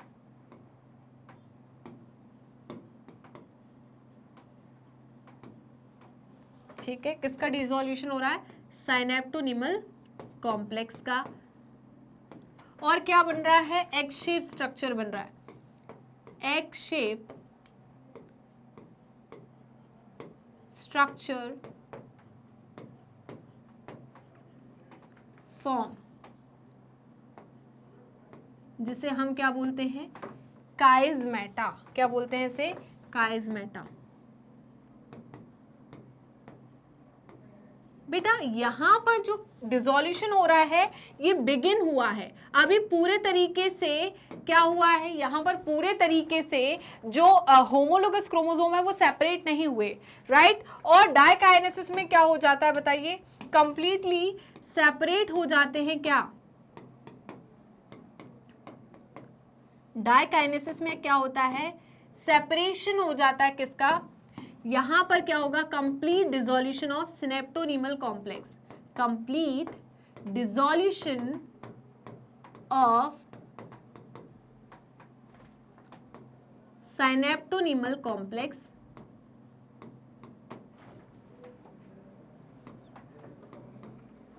ठीक है। और क्या होता है, सेपरेशन हो जाता है किसका, सेपरेशन ऑफ होमोलोगस क्रोमोसोम, ठीक है। होमोलोगस क्रोमोसोम जो है वो क्या हो जाते हैं, सेपरेट हो जाते हैं, राइट। तो जल्दी से बिना किसी देरी के इसका स्क्रीनशॉट ले लीजिए, हमने प्रोफेज 1 पूरा कंप्लीट किया है। यहाँ जल्दी से स्क्रीनशॉट लीजिए, क्या आपने स्क्रीनशॉट ले लिया है बताइए। चलिए तो देखिए क्या बोल रहे हैं ये, मियोसिस 1 का प्रोफेज 1 जो है, prophase of the first meiotic division is typically longer, ठीक है।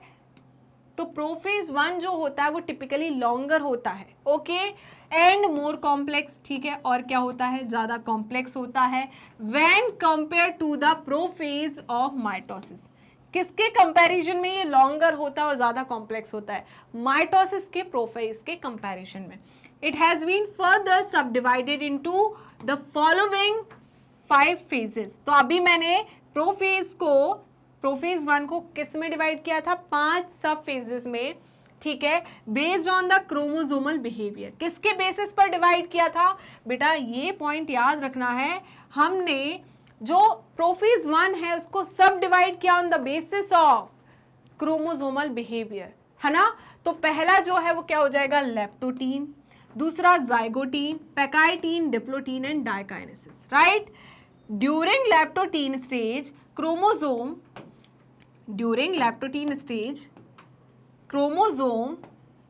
become gradually visible under the light microscope।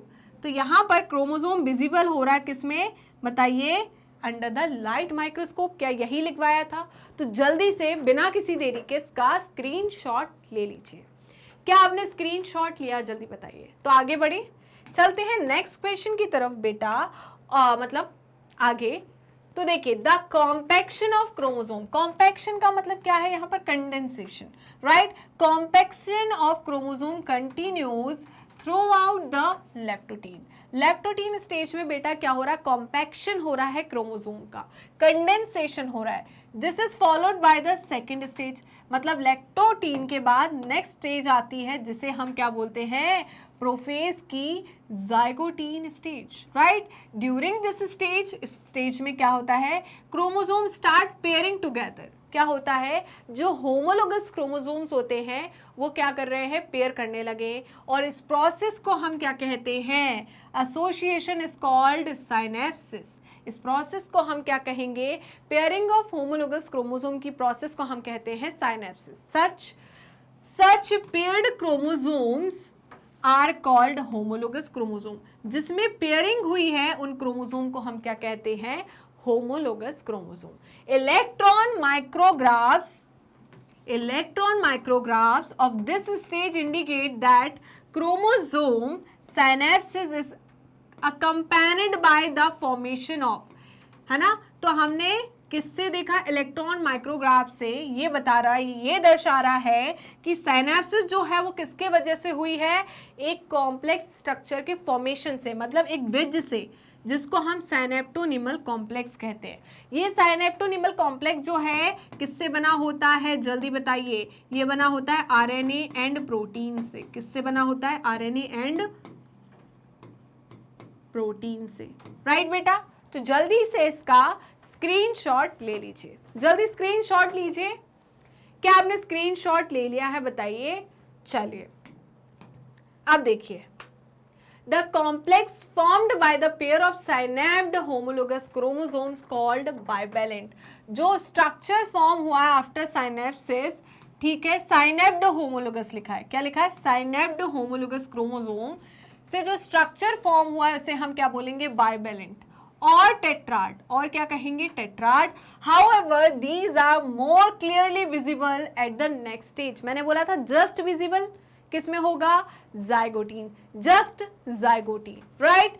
Next stage जो कि है पैकाइटीन, उसमें ये क्लियरली विजिबल होता है। The first two stages of prophase is relatively short lived, right. मतलब बेटा लेप्टोटीन और जाइगोटीन स्टेज जो है रिलेटिवली शॉर्ट लिव्ड है, कम टाइम की है। ओके, अब ये नेक्स्ट स्टेज आने वाली है, ये टाइम लगाएगी आराम से, क्योंकि सबसे क्रूशियल स्टेप है ये। क्या है, सबसे क्रूशियल स्टेप है। The next stage that is pachytene, that is pachytene. During this stage bivalent जो है वो क्या है, क्लियरली विजिबल है।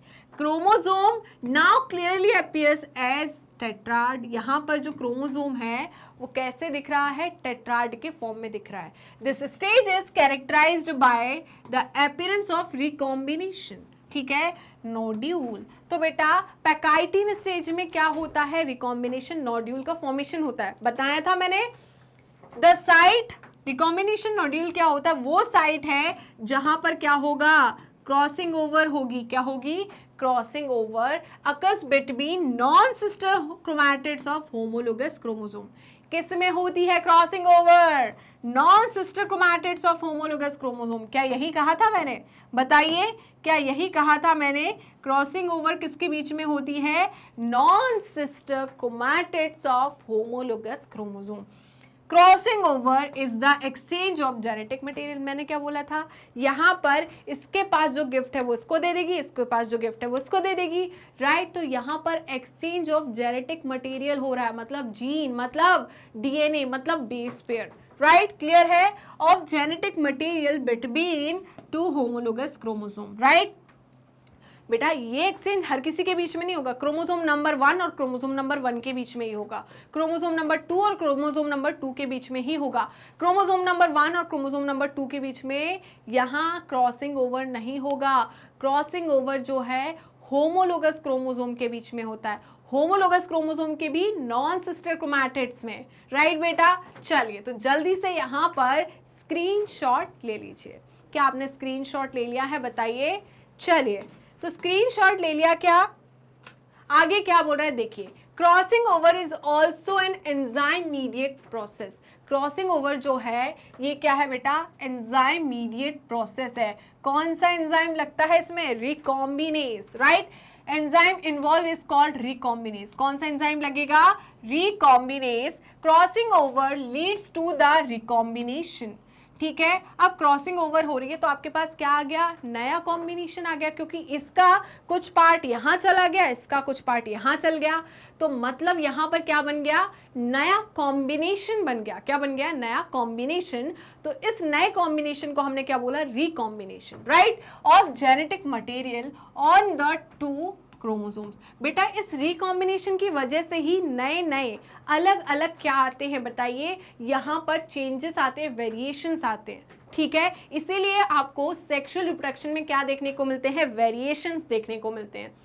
Recombination between homologous chromosome is completed by the end of pachytene, right. तो रिकॉम्बिनेशन जो है होमोलोगस क्रोमोसोम में वो कब होता है, कब कंप्लीट होता है, पैकाइटीन के एंड पर, okay. Leaving the chromosome linked at the site of crossing over, right. तो जल्दी से बिना किसी देरी के इसका स्क्रीनशॉट लीजिए। यहाँ पर इन्होंने बोला ना, लीविंग द क्रोमोसोम लिंक्ड, यहाँ पर जो होमोलोगस क्रोमोसोम है उस जगह पर क्या होते हैं, लिंक होते हैं, जहां पर क्रॉसिंग ओवर हुई है और एग शेप स्ट्रक्चर बनता है नेक्स्ट स्टेज में, मतलब डिप्लोटीन में, जिसे हम काइजमेटा कहते हैं, राइट बेटा। चलिए तो क्या बोल रहा है, the beginning of diplotene is recognised by dissolution of synaptonemal complex, ठीक है। यहां पर क्या हो रहा है, कैसे पहचानोगे आप कि बिगनिंग हो गई है, यहां पर सिनेप्टोनीमल कॉम्प्लेक्स का क्या होगा, डिसोल्यूशन होगा, राइट।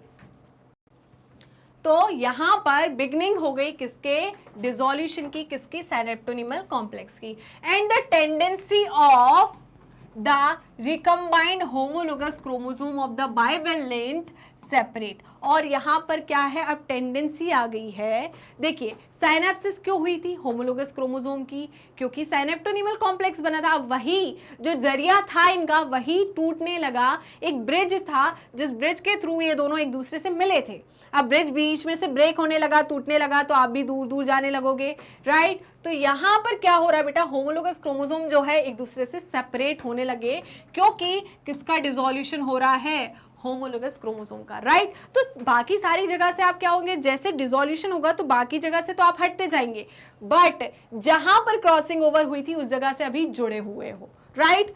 तो other except the site of crossing over, और यहां पर एक्स शेप स्ट्रक्चर बनता है जिसे हम काइजमेटा कहते हैं। In the oocytes of some vertebrates diplotene can last for the months, ठीक है, और ईयर्स, ठीक है, जैसे कि मैंने आपको बता चुकी हूं अभी। तो जल्दी से बिना किसी देरी के इसका स्क्रीनशॉट ले लीजिए। क्या आपने स्क्रीनशॉट ले लिया इसका, जल्दी बताइए, क्या आपने स्क्रीनशॉट ले लिया? तो हम आगे बढ़े हैं बेटा, बताइए। अब देखिए, the final stage of meiosis prophase 1 is diakinesis. आखिरी स्टेज जो है किसकी बेटा, जल्दी बताइए, प्रोफेज 1 की, मियोसिस के प्रोफेज 1 की, उसे हम डायकाइनेसिस कहते हैं। This is marked by the terminalisation of chiasmata. यहां पर क्या हो रहा है बेटा, काइजमेटा टूट रहा है।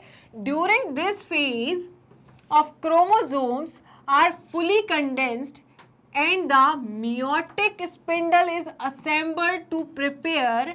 यहां पर क्या हो रहा है, meiotic spindle मतलब यहां पर spindle fiber formation स्टार्ट होने लगा, to prepare the homologous chromosome for the separation।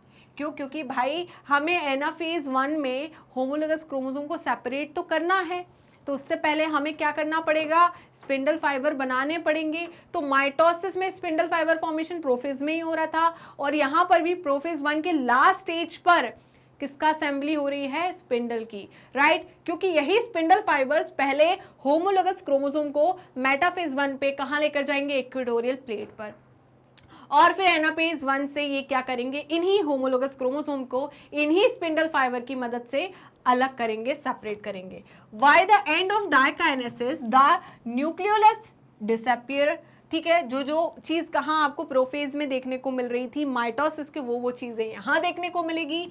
Nuclear envelope break, ठीक है, यहाँ पर न्यूक्लियर मेम्ब्रेन जो है वो डिसइंटीग्रेट होने लगी। तो जल्दी से बिना किसी देरी के इसका स्क्रीनशॉट ले लीजिए। क्या आपने स्क्रीनशॉट ले लिया है, बताइए। चलिए, ओके। अब देखिए नेक्स्ट क्वेश्चन है क्वेश्चन नंबर 28। क्वेश्चन नंबर 28 बोल रहा है differentiate between the events of mitosis and meiosis.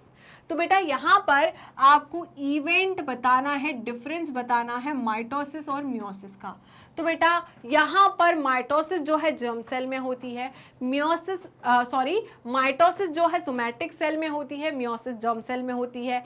Mitosis जो है एक स्टेज होती है, सिंपल स्टेज है, मियोसिस में 2, मियोसिस 1, मियोसिस 2 होता है, और ये कॉम्प्लेक्स स्टेज है। इसका प्रोफेज 1 इजी है, इसका प्रोफेज 1 लॉन्गर है और कॉम्प्लेक्स है, राइट। ये इक्वेशनल डिवीजन होती है, ये रिडक्शनल डिवीजन होती है। इससे 2 सेल बनते हैं, उससे 4 सेल बनते हैं। यहाँ पर डीएनए का रेप्लिकेशन एक ही टाइम पर होता है, यहाँ पर एक ही टाइम पर मतलब एक ही बार क्या हो रही है, जो प्रोसेस हो रही है माइटोसिस की, उसमें एक ही बार डीएनए का रेप्लिकेशन हो रहा है। यहाँ पर भी डीएनए का रेप्लिकेशन एक ही टाइम हो रहा है, बट प्रोसेस 2 टाइम हो रही है, मियोसिस 1 और मियोसिस 2, 2 प्रोसेस के बीच में एक ही बार डीएनए का रेप्लिकेशन होता है, राइट। ये कुछ पॉइंट्स हैं, तो जल्दी से यहाँ पर रीड कीजिए क्या क्या पॉइंट्स हैं, जल्दी। तो देखिए क्या बोल रहे हैं, माइटोसिस में takes place in the somatic cells. क्या मैंने यही कहा था कि माइटोसिस जो होती है बेटा किस में होती है, सोमैटिक सेल में होती है। किस में होती है, somatic cell of the body, okay. वहीं पर मैं किसकी बात करूं, मियोसिस की बात करूं, तो मियोसिस किस में होती है, जर्म सेल में। किस में होती है, जर्म सेल में।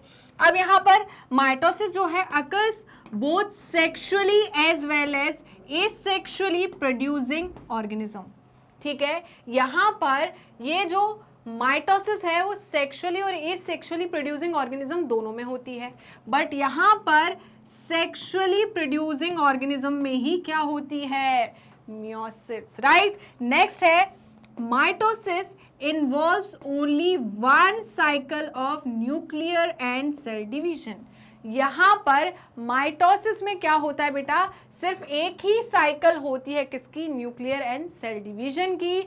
बट यहाँ पर मियोसिस में हम बात करें तो meiosis involve two sequential cycle nuclear and cell division called meiosis 1 and meiosis 2। Right बेटा, तो जल्दी से बिना किसी देरी के इसका स्क्रीनशॉट ले लीजिए। क्या आपने स्क्रीनशॉट लिया, जल्दी बताइए। ओके, आपने स्क्रीनशॉट ले लिया है, तो हम आगे बढ़ जाते हैं। यहाँ पर क्या बोल रहे हैं नेक्स्ट देखिए, the DNA replicates once for the one cell division. Meiosis में 2 बार सेल डिवीजन होता है और एक ही बार डीएनए का रेप्लिकेशन होता है। बट माइटोसिस में एक बार ही डीएनए का रेप्लिकेशन होता है और एक क्या होता है, जल्दी बताइए, cell division.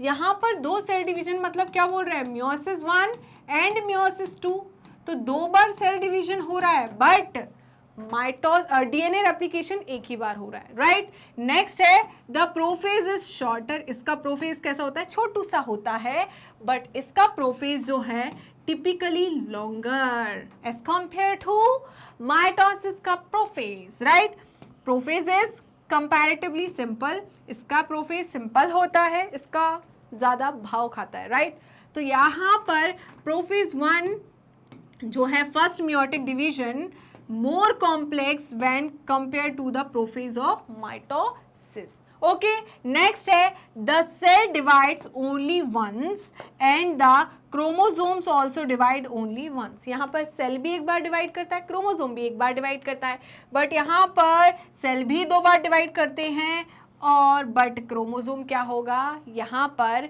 But the chromosome divide only once. Right, यहाँ पर सिस्टर क्रोमैटिड्स जो है वो एक ही बार डिवाइड कर रही है, बट सेल का डिवीजन 2 बार हो रहा है, मियोसिस 1 एंड मियोसिस 2। राइट बेटा, जल्दी से इसका बिना किसी देरी के स्क्रीनशॉट ले लीजिए। क्या आपने स्क्रीनशॉट लिया, जल्दी बताइए, तो हम आगे बढ़ जाते हैं। अब देखिए, mitosis does not involve pairing. Mitosis में यहाँ पर किसी भी प्रकार की पेयरिंग नहीं होती होमोलोगस क्रोमोसोम की, और किसी भी प्रकार का रिकॉम्बिनेशन नहीं होता, जैसे का तैसा। राइट, तो माइटोसिस में क्लोन्स बनते हैं, जैसे का तैसा बनता है, कुछ अलग नहीं बनता, किसी भी प्रकार का नया वेरिएशन नहीं आया, कोई चेंजेस नहीं आया। माइटोसिस को चेंजेस बिल्कुल पसंद नहीं है, बट मियोसिस बोलता है I love changes, I love recombination. Right, तो यहाँ पर बेटा meiosis involve pairing of homologous chromosomes, okay, and recombination between them, और इनके बीच में रिकॉम्बिनेशन भी जरूरी है। राइट, अब देखिए, 2 cells are formed at the end of mitosis. Mitosis में कितने सेल बनते हैं, 2 बनते हैं, वहीं पर मियोसिस में 4 बनते हैं। Right, 4 haploid cells formed at the end of meiosis. यहाँ पर कैसे बनेंगे, डिप्लॉइड सेल बनेंगे बेटा, क्या बनेंगे, डिप्लॉइड। वहां पर कैसे बन रहे हैं, हैप्लॉइड सेल्स बन रहे हैं। राइट, तो बिना किसी देरी के जल्दी फटाफट स्क्रीनशॉट ले लीजिए। क्या आपने स्क्रीनशॉट लिया, जल्दी बताइए। चलिए, अब देखिए नेक्स्ट क्वेश्चन है question number 29, and question number 29 है write brief note on the following synaptonemal complex. बेटा पहले तो सिनेप्टोनीमल कॉम्प्लेक्स कब बनता है, जाइगोटीन स्टेज में। किससे बनता है, किससे बनता है, ये बनता है आरएनए और प्रोटीन से। क्यों बनता है, ये क्या कराता है, ये किसके बीच में बनता है, ये क्या है, complex structure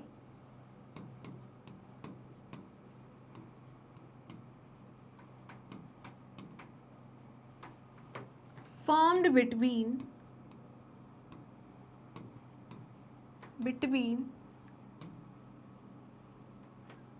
homologous chromosome.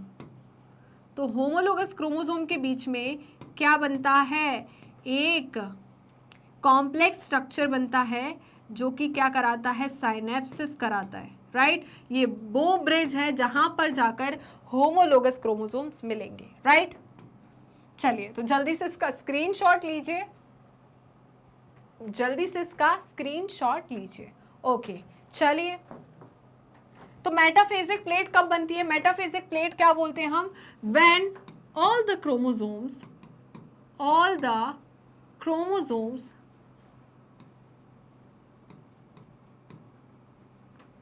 align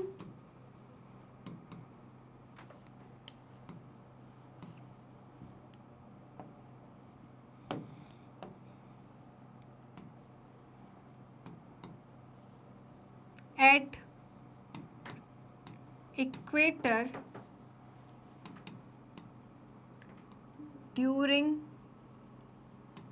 metaphase, उसे हम क्या बोलेंगे?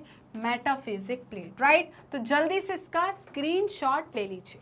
क्या आपने स्क्रीनशॉट लिया? जल्दी बताइए, तो हम आगे बढ़ जाते हैं। क्या बोल रहे हैं बेटा? देखिए, सिनेप्टोनिमल कॉम्प्लेक्स ड्यूरिंग जाइगोटीन, मैंने अभी बोला कब बनता है ये? जाइगोटीन स्टेज पे।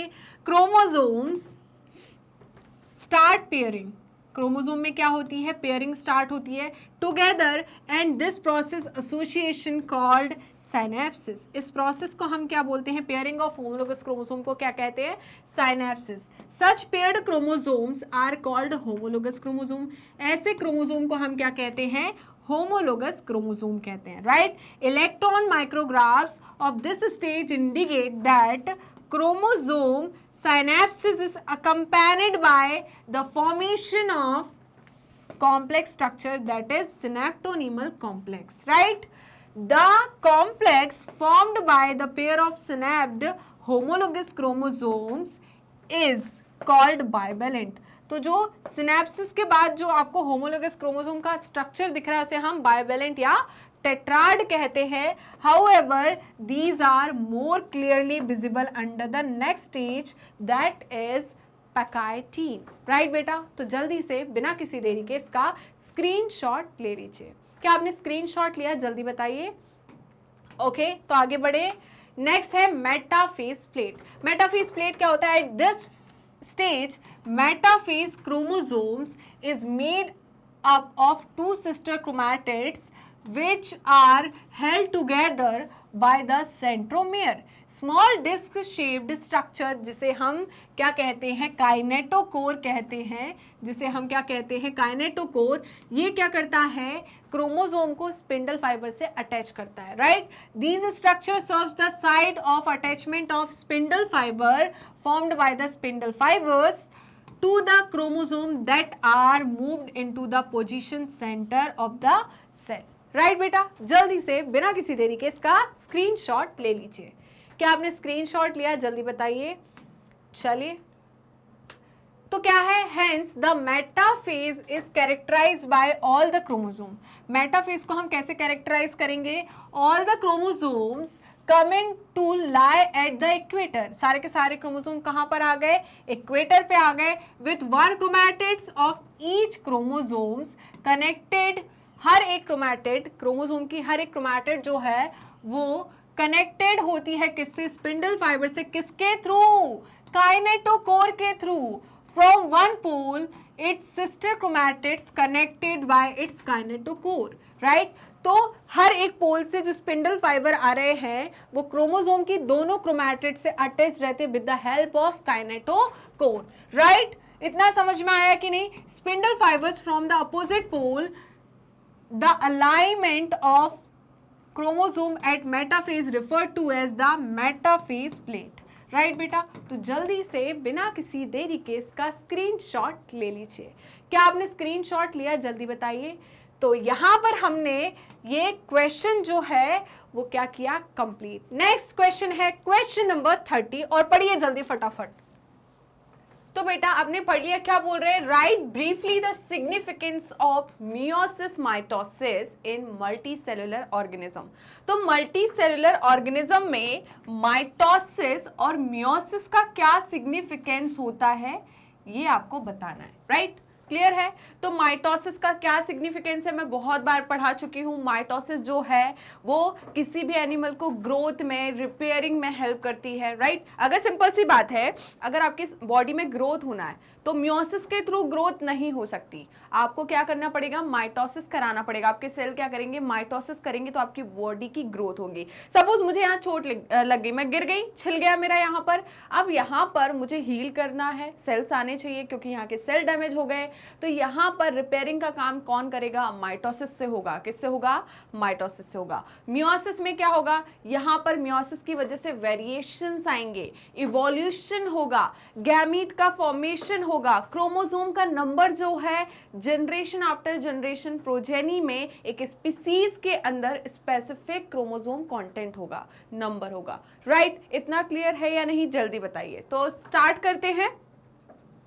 सिग्निफिकेंस ऑफ माइटोसिस, तो माइटोसिस की क्या सिग्निफिकेंस है, माइटोसिस और द इक्वेशनल डिवीजन। मैंने आपको पढ़ाया है कि माइटोसिस को और हम क्या कहते हैं, इक्वेशनल डिवीजन कहते हैं। क्या कहते हैं, इक्वेशनल डिवीजन। अब आपके मन में फिर से डाउट आया बताने के बाद भी कि इक्वेशनल डिवीजन क्यों कहते हैं।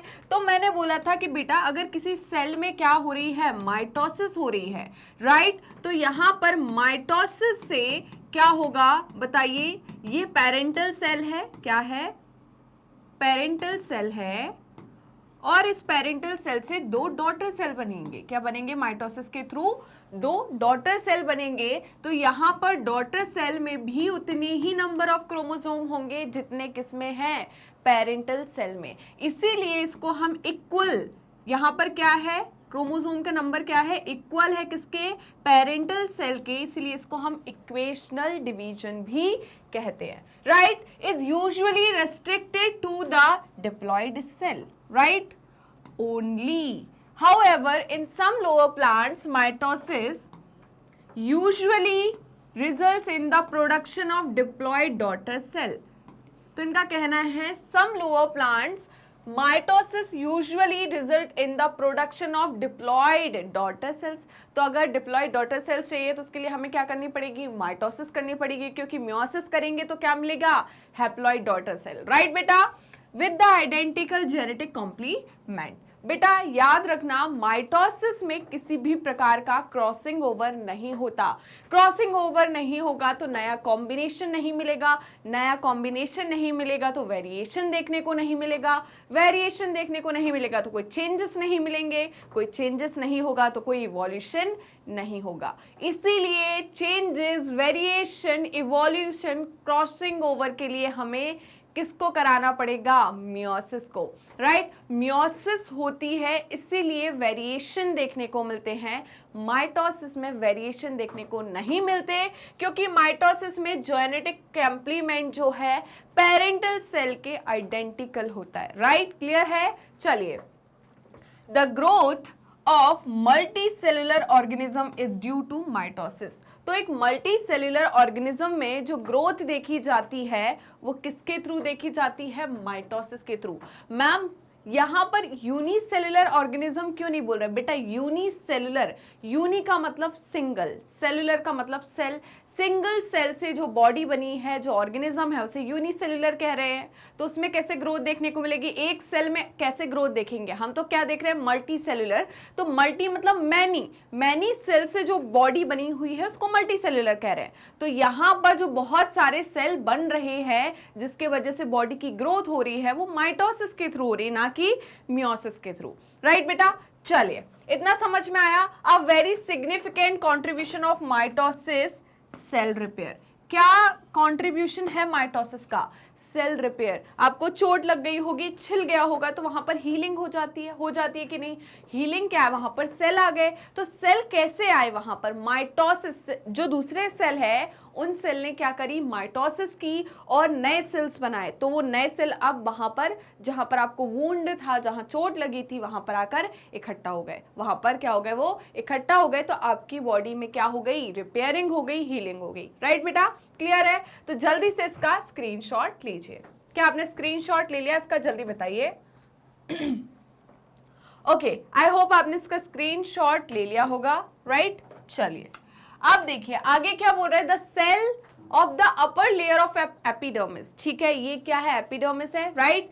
तो cell of the lining of gut, है ना, cell of the upper layer of the epidermis, cell of the lining of gut, blood cells are being constantly replaced, ठीक है। ये सारे के सारे, जैसे गट, अंदर हमारी इंटेस्टाइन जो है, ठीक है, ईसोफेगस जो है, एलिमेंट्री कैनाल की जो लाइनिंग है उसे हम क्या बोल रहे हैं, उसका जो पैसेज है उसे हम गट बोल रहे हैं, राइट। तो वहां के सेल जो है बनते हैं, खत्म होते हैं, बनते हैं, कंटिन्यूअसली क्या हो रहे हैं, सेल डिवीजन शो कर रहे हैं। हमारी एपिडर्मिस जो लेयर है, डर्मल लेयर है, ये भी क्या शो कर रही है, कंटिन्यूअस सेल साइकिल शो कर रही है। क्यों? क्योंकि यहाँ पर नए सेल्स बन रहे, पुराने डैमेज हो रहे हैं, नए बन रहे, पुराने डैमेज हो रहे हैं। मैंने बोला था इनको, गट के सेल को, स्किन सेल को हम इनको क्या बोलते हैं, लेबाइल सेल कहते हैं। क्यों बोलते हैं लेबाइल? क्योंकि ये क्या है, जी नॉट फेज में जाते ही नहीं है, कंटिन्यूअस सेल डिवीजन शो करते हैं, राइट बेटा।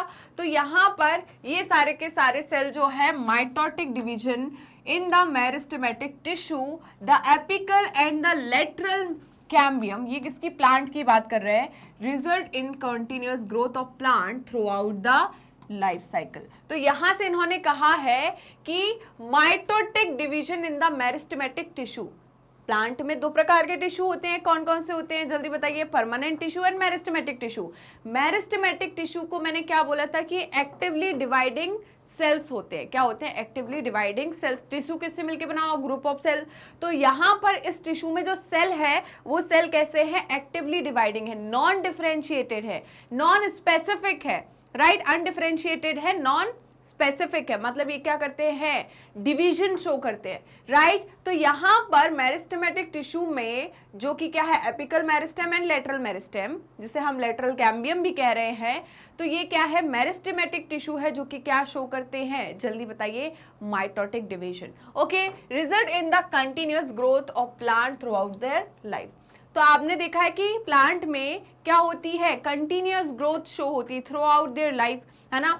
कैसे मैम, ऐसा हमने तो देखा नहीं है कि बहुत ऊपर तक पहुंच जा रहा है, कि वो आसमान को छू रहा है प्लांट, हमने फिर, आप कैसे बोल रहे हो कंटिन्यूअस ग्रोथ है?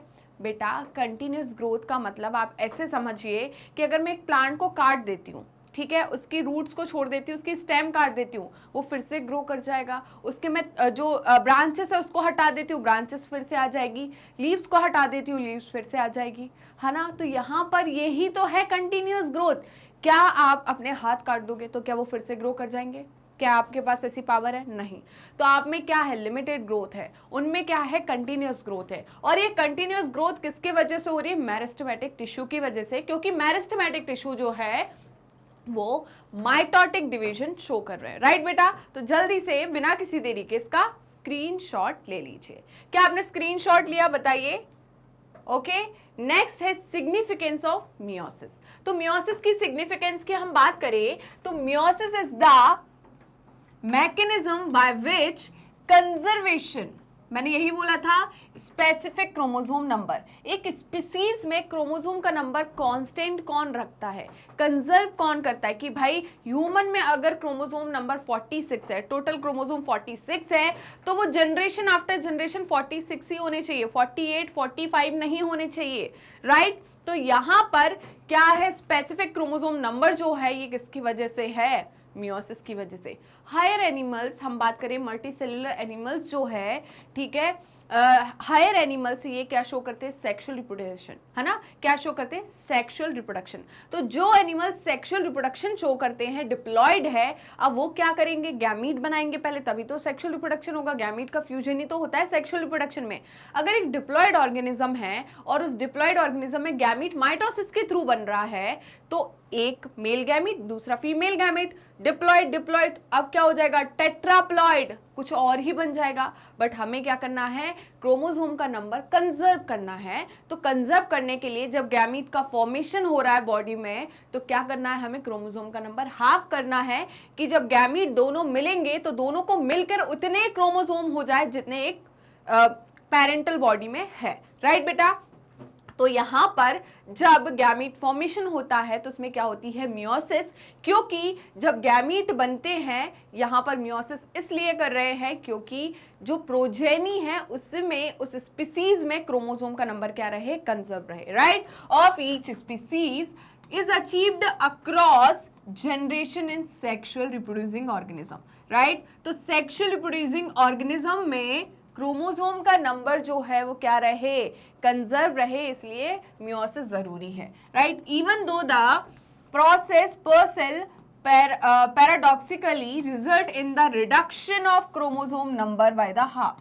हाँ, यहाँ पर मियोसिस में हम क्रोमोसोम का नंबर रिडक्शन कर रहे हैं, हाफ कर रहे हैं, रिड्यूस कर रहे हैं, फिर भी हम कंजर्व कर पा रहे हैं क्योंकि यहाँ पर दो सेल का क्रोमोसोम जो है वो इकट्ठे हो रहे हैं, दो सेल के क्रोमोसोम इकट्ठे हो रहे हैं, तो इकट्ठे होकर उतना ही हो जा रहा है जितना पेरेंटल सेल में था, राइट बेटा? It is also increases the genetic variability, right बेटा? तो मैंने बोला था कि मियोसिस में प्रोफेज 1 के पैकाइटिन स्टेज में क्रॉसिंग ओवर होती है और एक नया कॉम्बिनेशन बनता है जिसे हम रिकॉम्बिनेशन कहते हैं, और उस रिकॉम्बिनेशन की वजह से क्या आती है, वेरिएबिलिटी आती है। क्या आती है? Variability, right? In the population of organism from one generation to the next, ठीक है? Variations are very important for the process of evolution.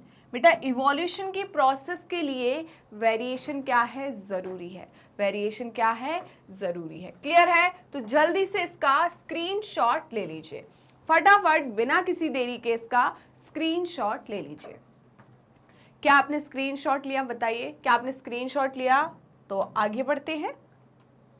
बस यहीं पर हम खत्म करते हैं हमारे MIQs, मतलब most important question. I hope आज का सेशन आपको अच्छा लगा हो।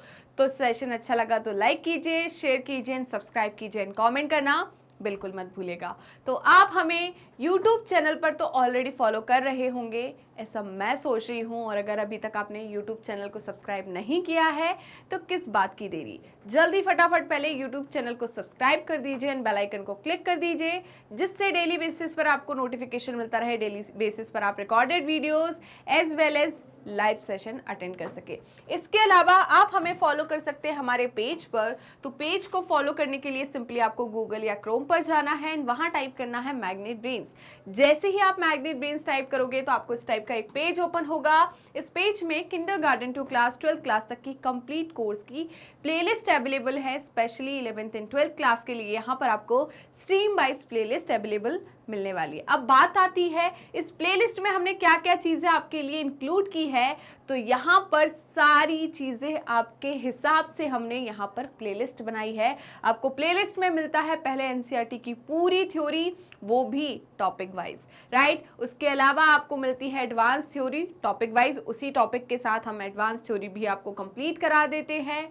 एनसीईआरटी सॉल्यूशंस हैं, MCQs है, MIQs है, वन शॉट रिवीजन है, क्विक रिवीजन है, डेली प्रैक्टिस क्वेश्चन, जिससे आपका हर एक चैप्टर, हर एक टॉपिक काफ़ी ज़्यादा स्ट्रांग हो जाए और आपकी स्टडी काफ़ी स्मार्ट बन जाए, राइट? इसके अलावा आप हमें फॉलो कर सकते हैं हमारी ऑफिशियल वेबसाइट पर, दैट इज www.magnetbrains.com, और आप हमसे जुड़ सकते हैं हमारे सोशल मीडिया हैंडल्स के थ्रू, जैसे कि फेसबुक, इंस्टाग्राम, ट्विटर, व्हाट्सएप। आप अवेल कर सकते हैं e notes and E book, जिसकी लिंक डिस्क्रिप्शन बॉक्स में दी है। तो चलते हैं मैग्नेट ब्रेन्स के टॉप कोर्सेज की तरफ।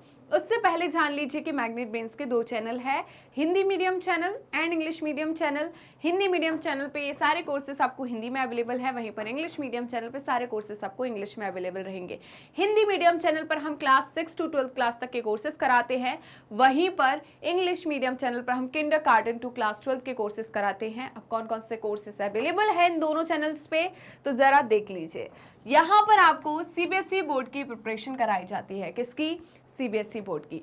क्या सिर्फ सीबीएसई बोर्ड की प्रिपरेशन कराई जाती है? क्या मैग्नेट ब्रेन्स का प्लेटफॉर्म स्टेट बोर्ड्स वाले बच्चों के लिए नहीं है? तो ऐसा बिल्कुल नहीं है, क्योंकि मैग्नेट ब्रेन्स सीबीएसई बोर्ड के साथ स्टेट बोर्ड को भी इंक्लूड करता है, जैसे कि Delhi board, Bihar board, UP board, MP board, Rajasthan board. इसके साथ ही वैदिक maths crash course and spoken English, ये सारे के सारे टॉप कोर्सेज मैग्नेट ब्रेन्स आपको हाई क्वालिटी एजुकेशन के साथ 100% फ्री में प्रोवाइड कराता है। जी हाँ, मैंने यही कहा और आपने सही सुना, मैग्नेट ब्रेन्स प्रोवाइड कराता है अनपेड सब्सक्रिप्शन। तो जुड़े रहिए मुझसे और मैग्नेट ब्रेन से। मिलते हैं नेक्स्ट वीडियो में, तब तक के लिए बाय बाय।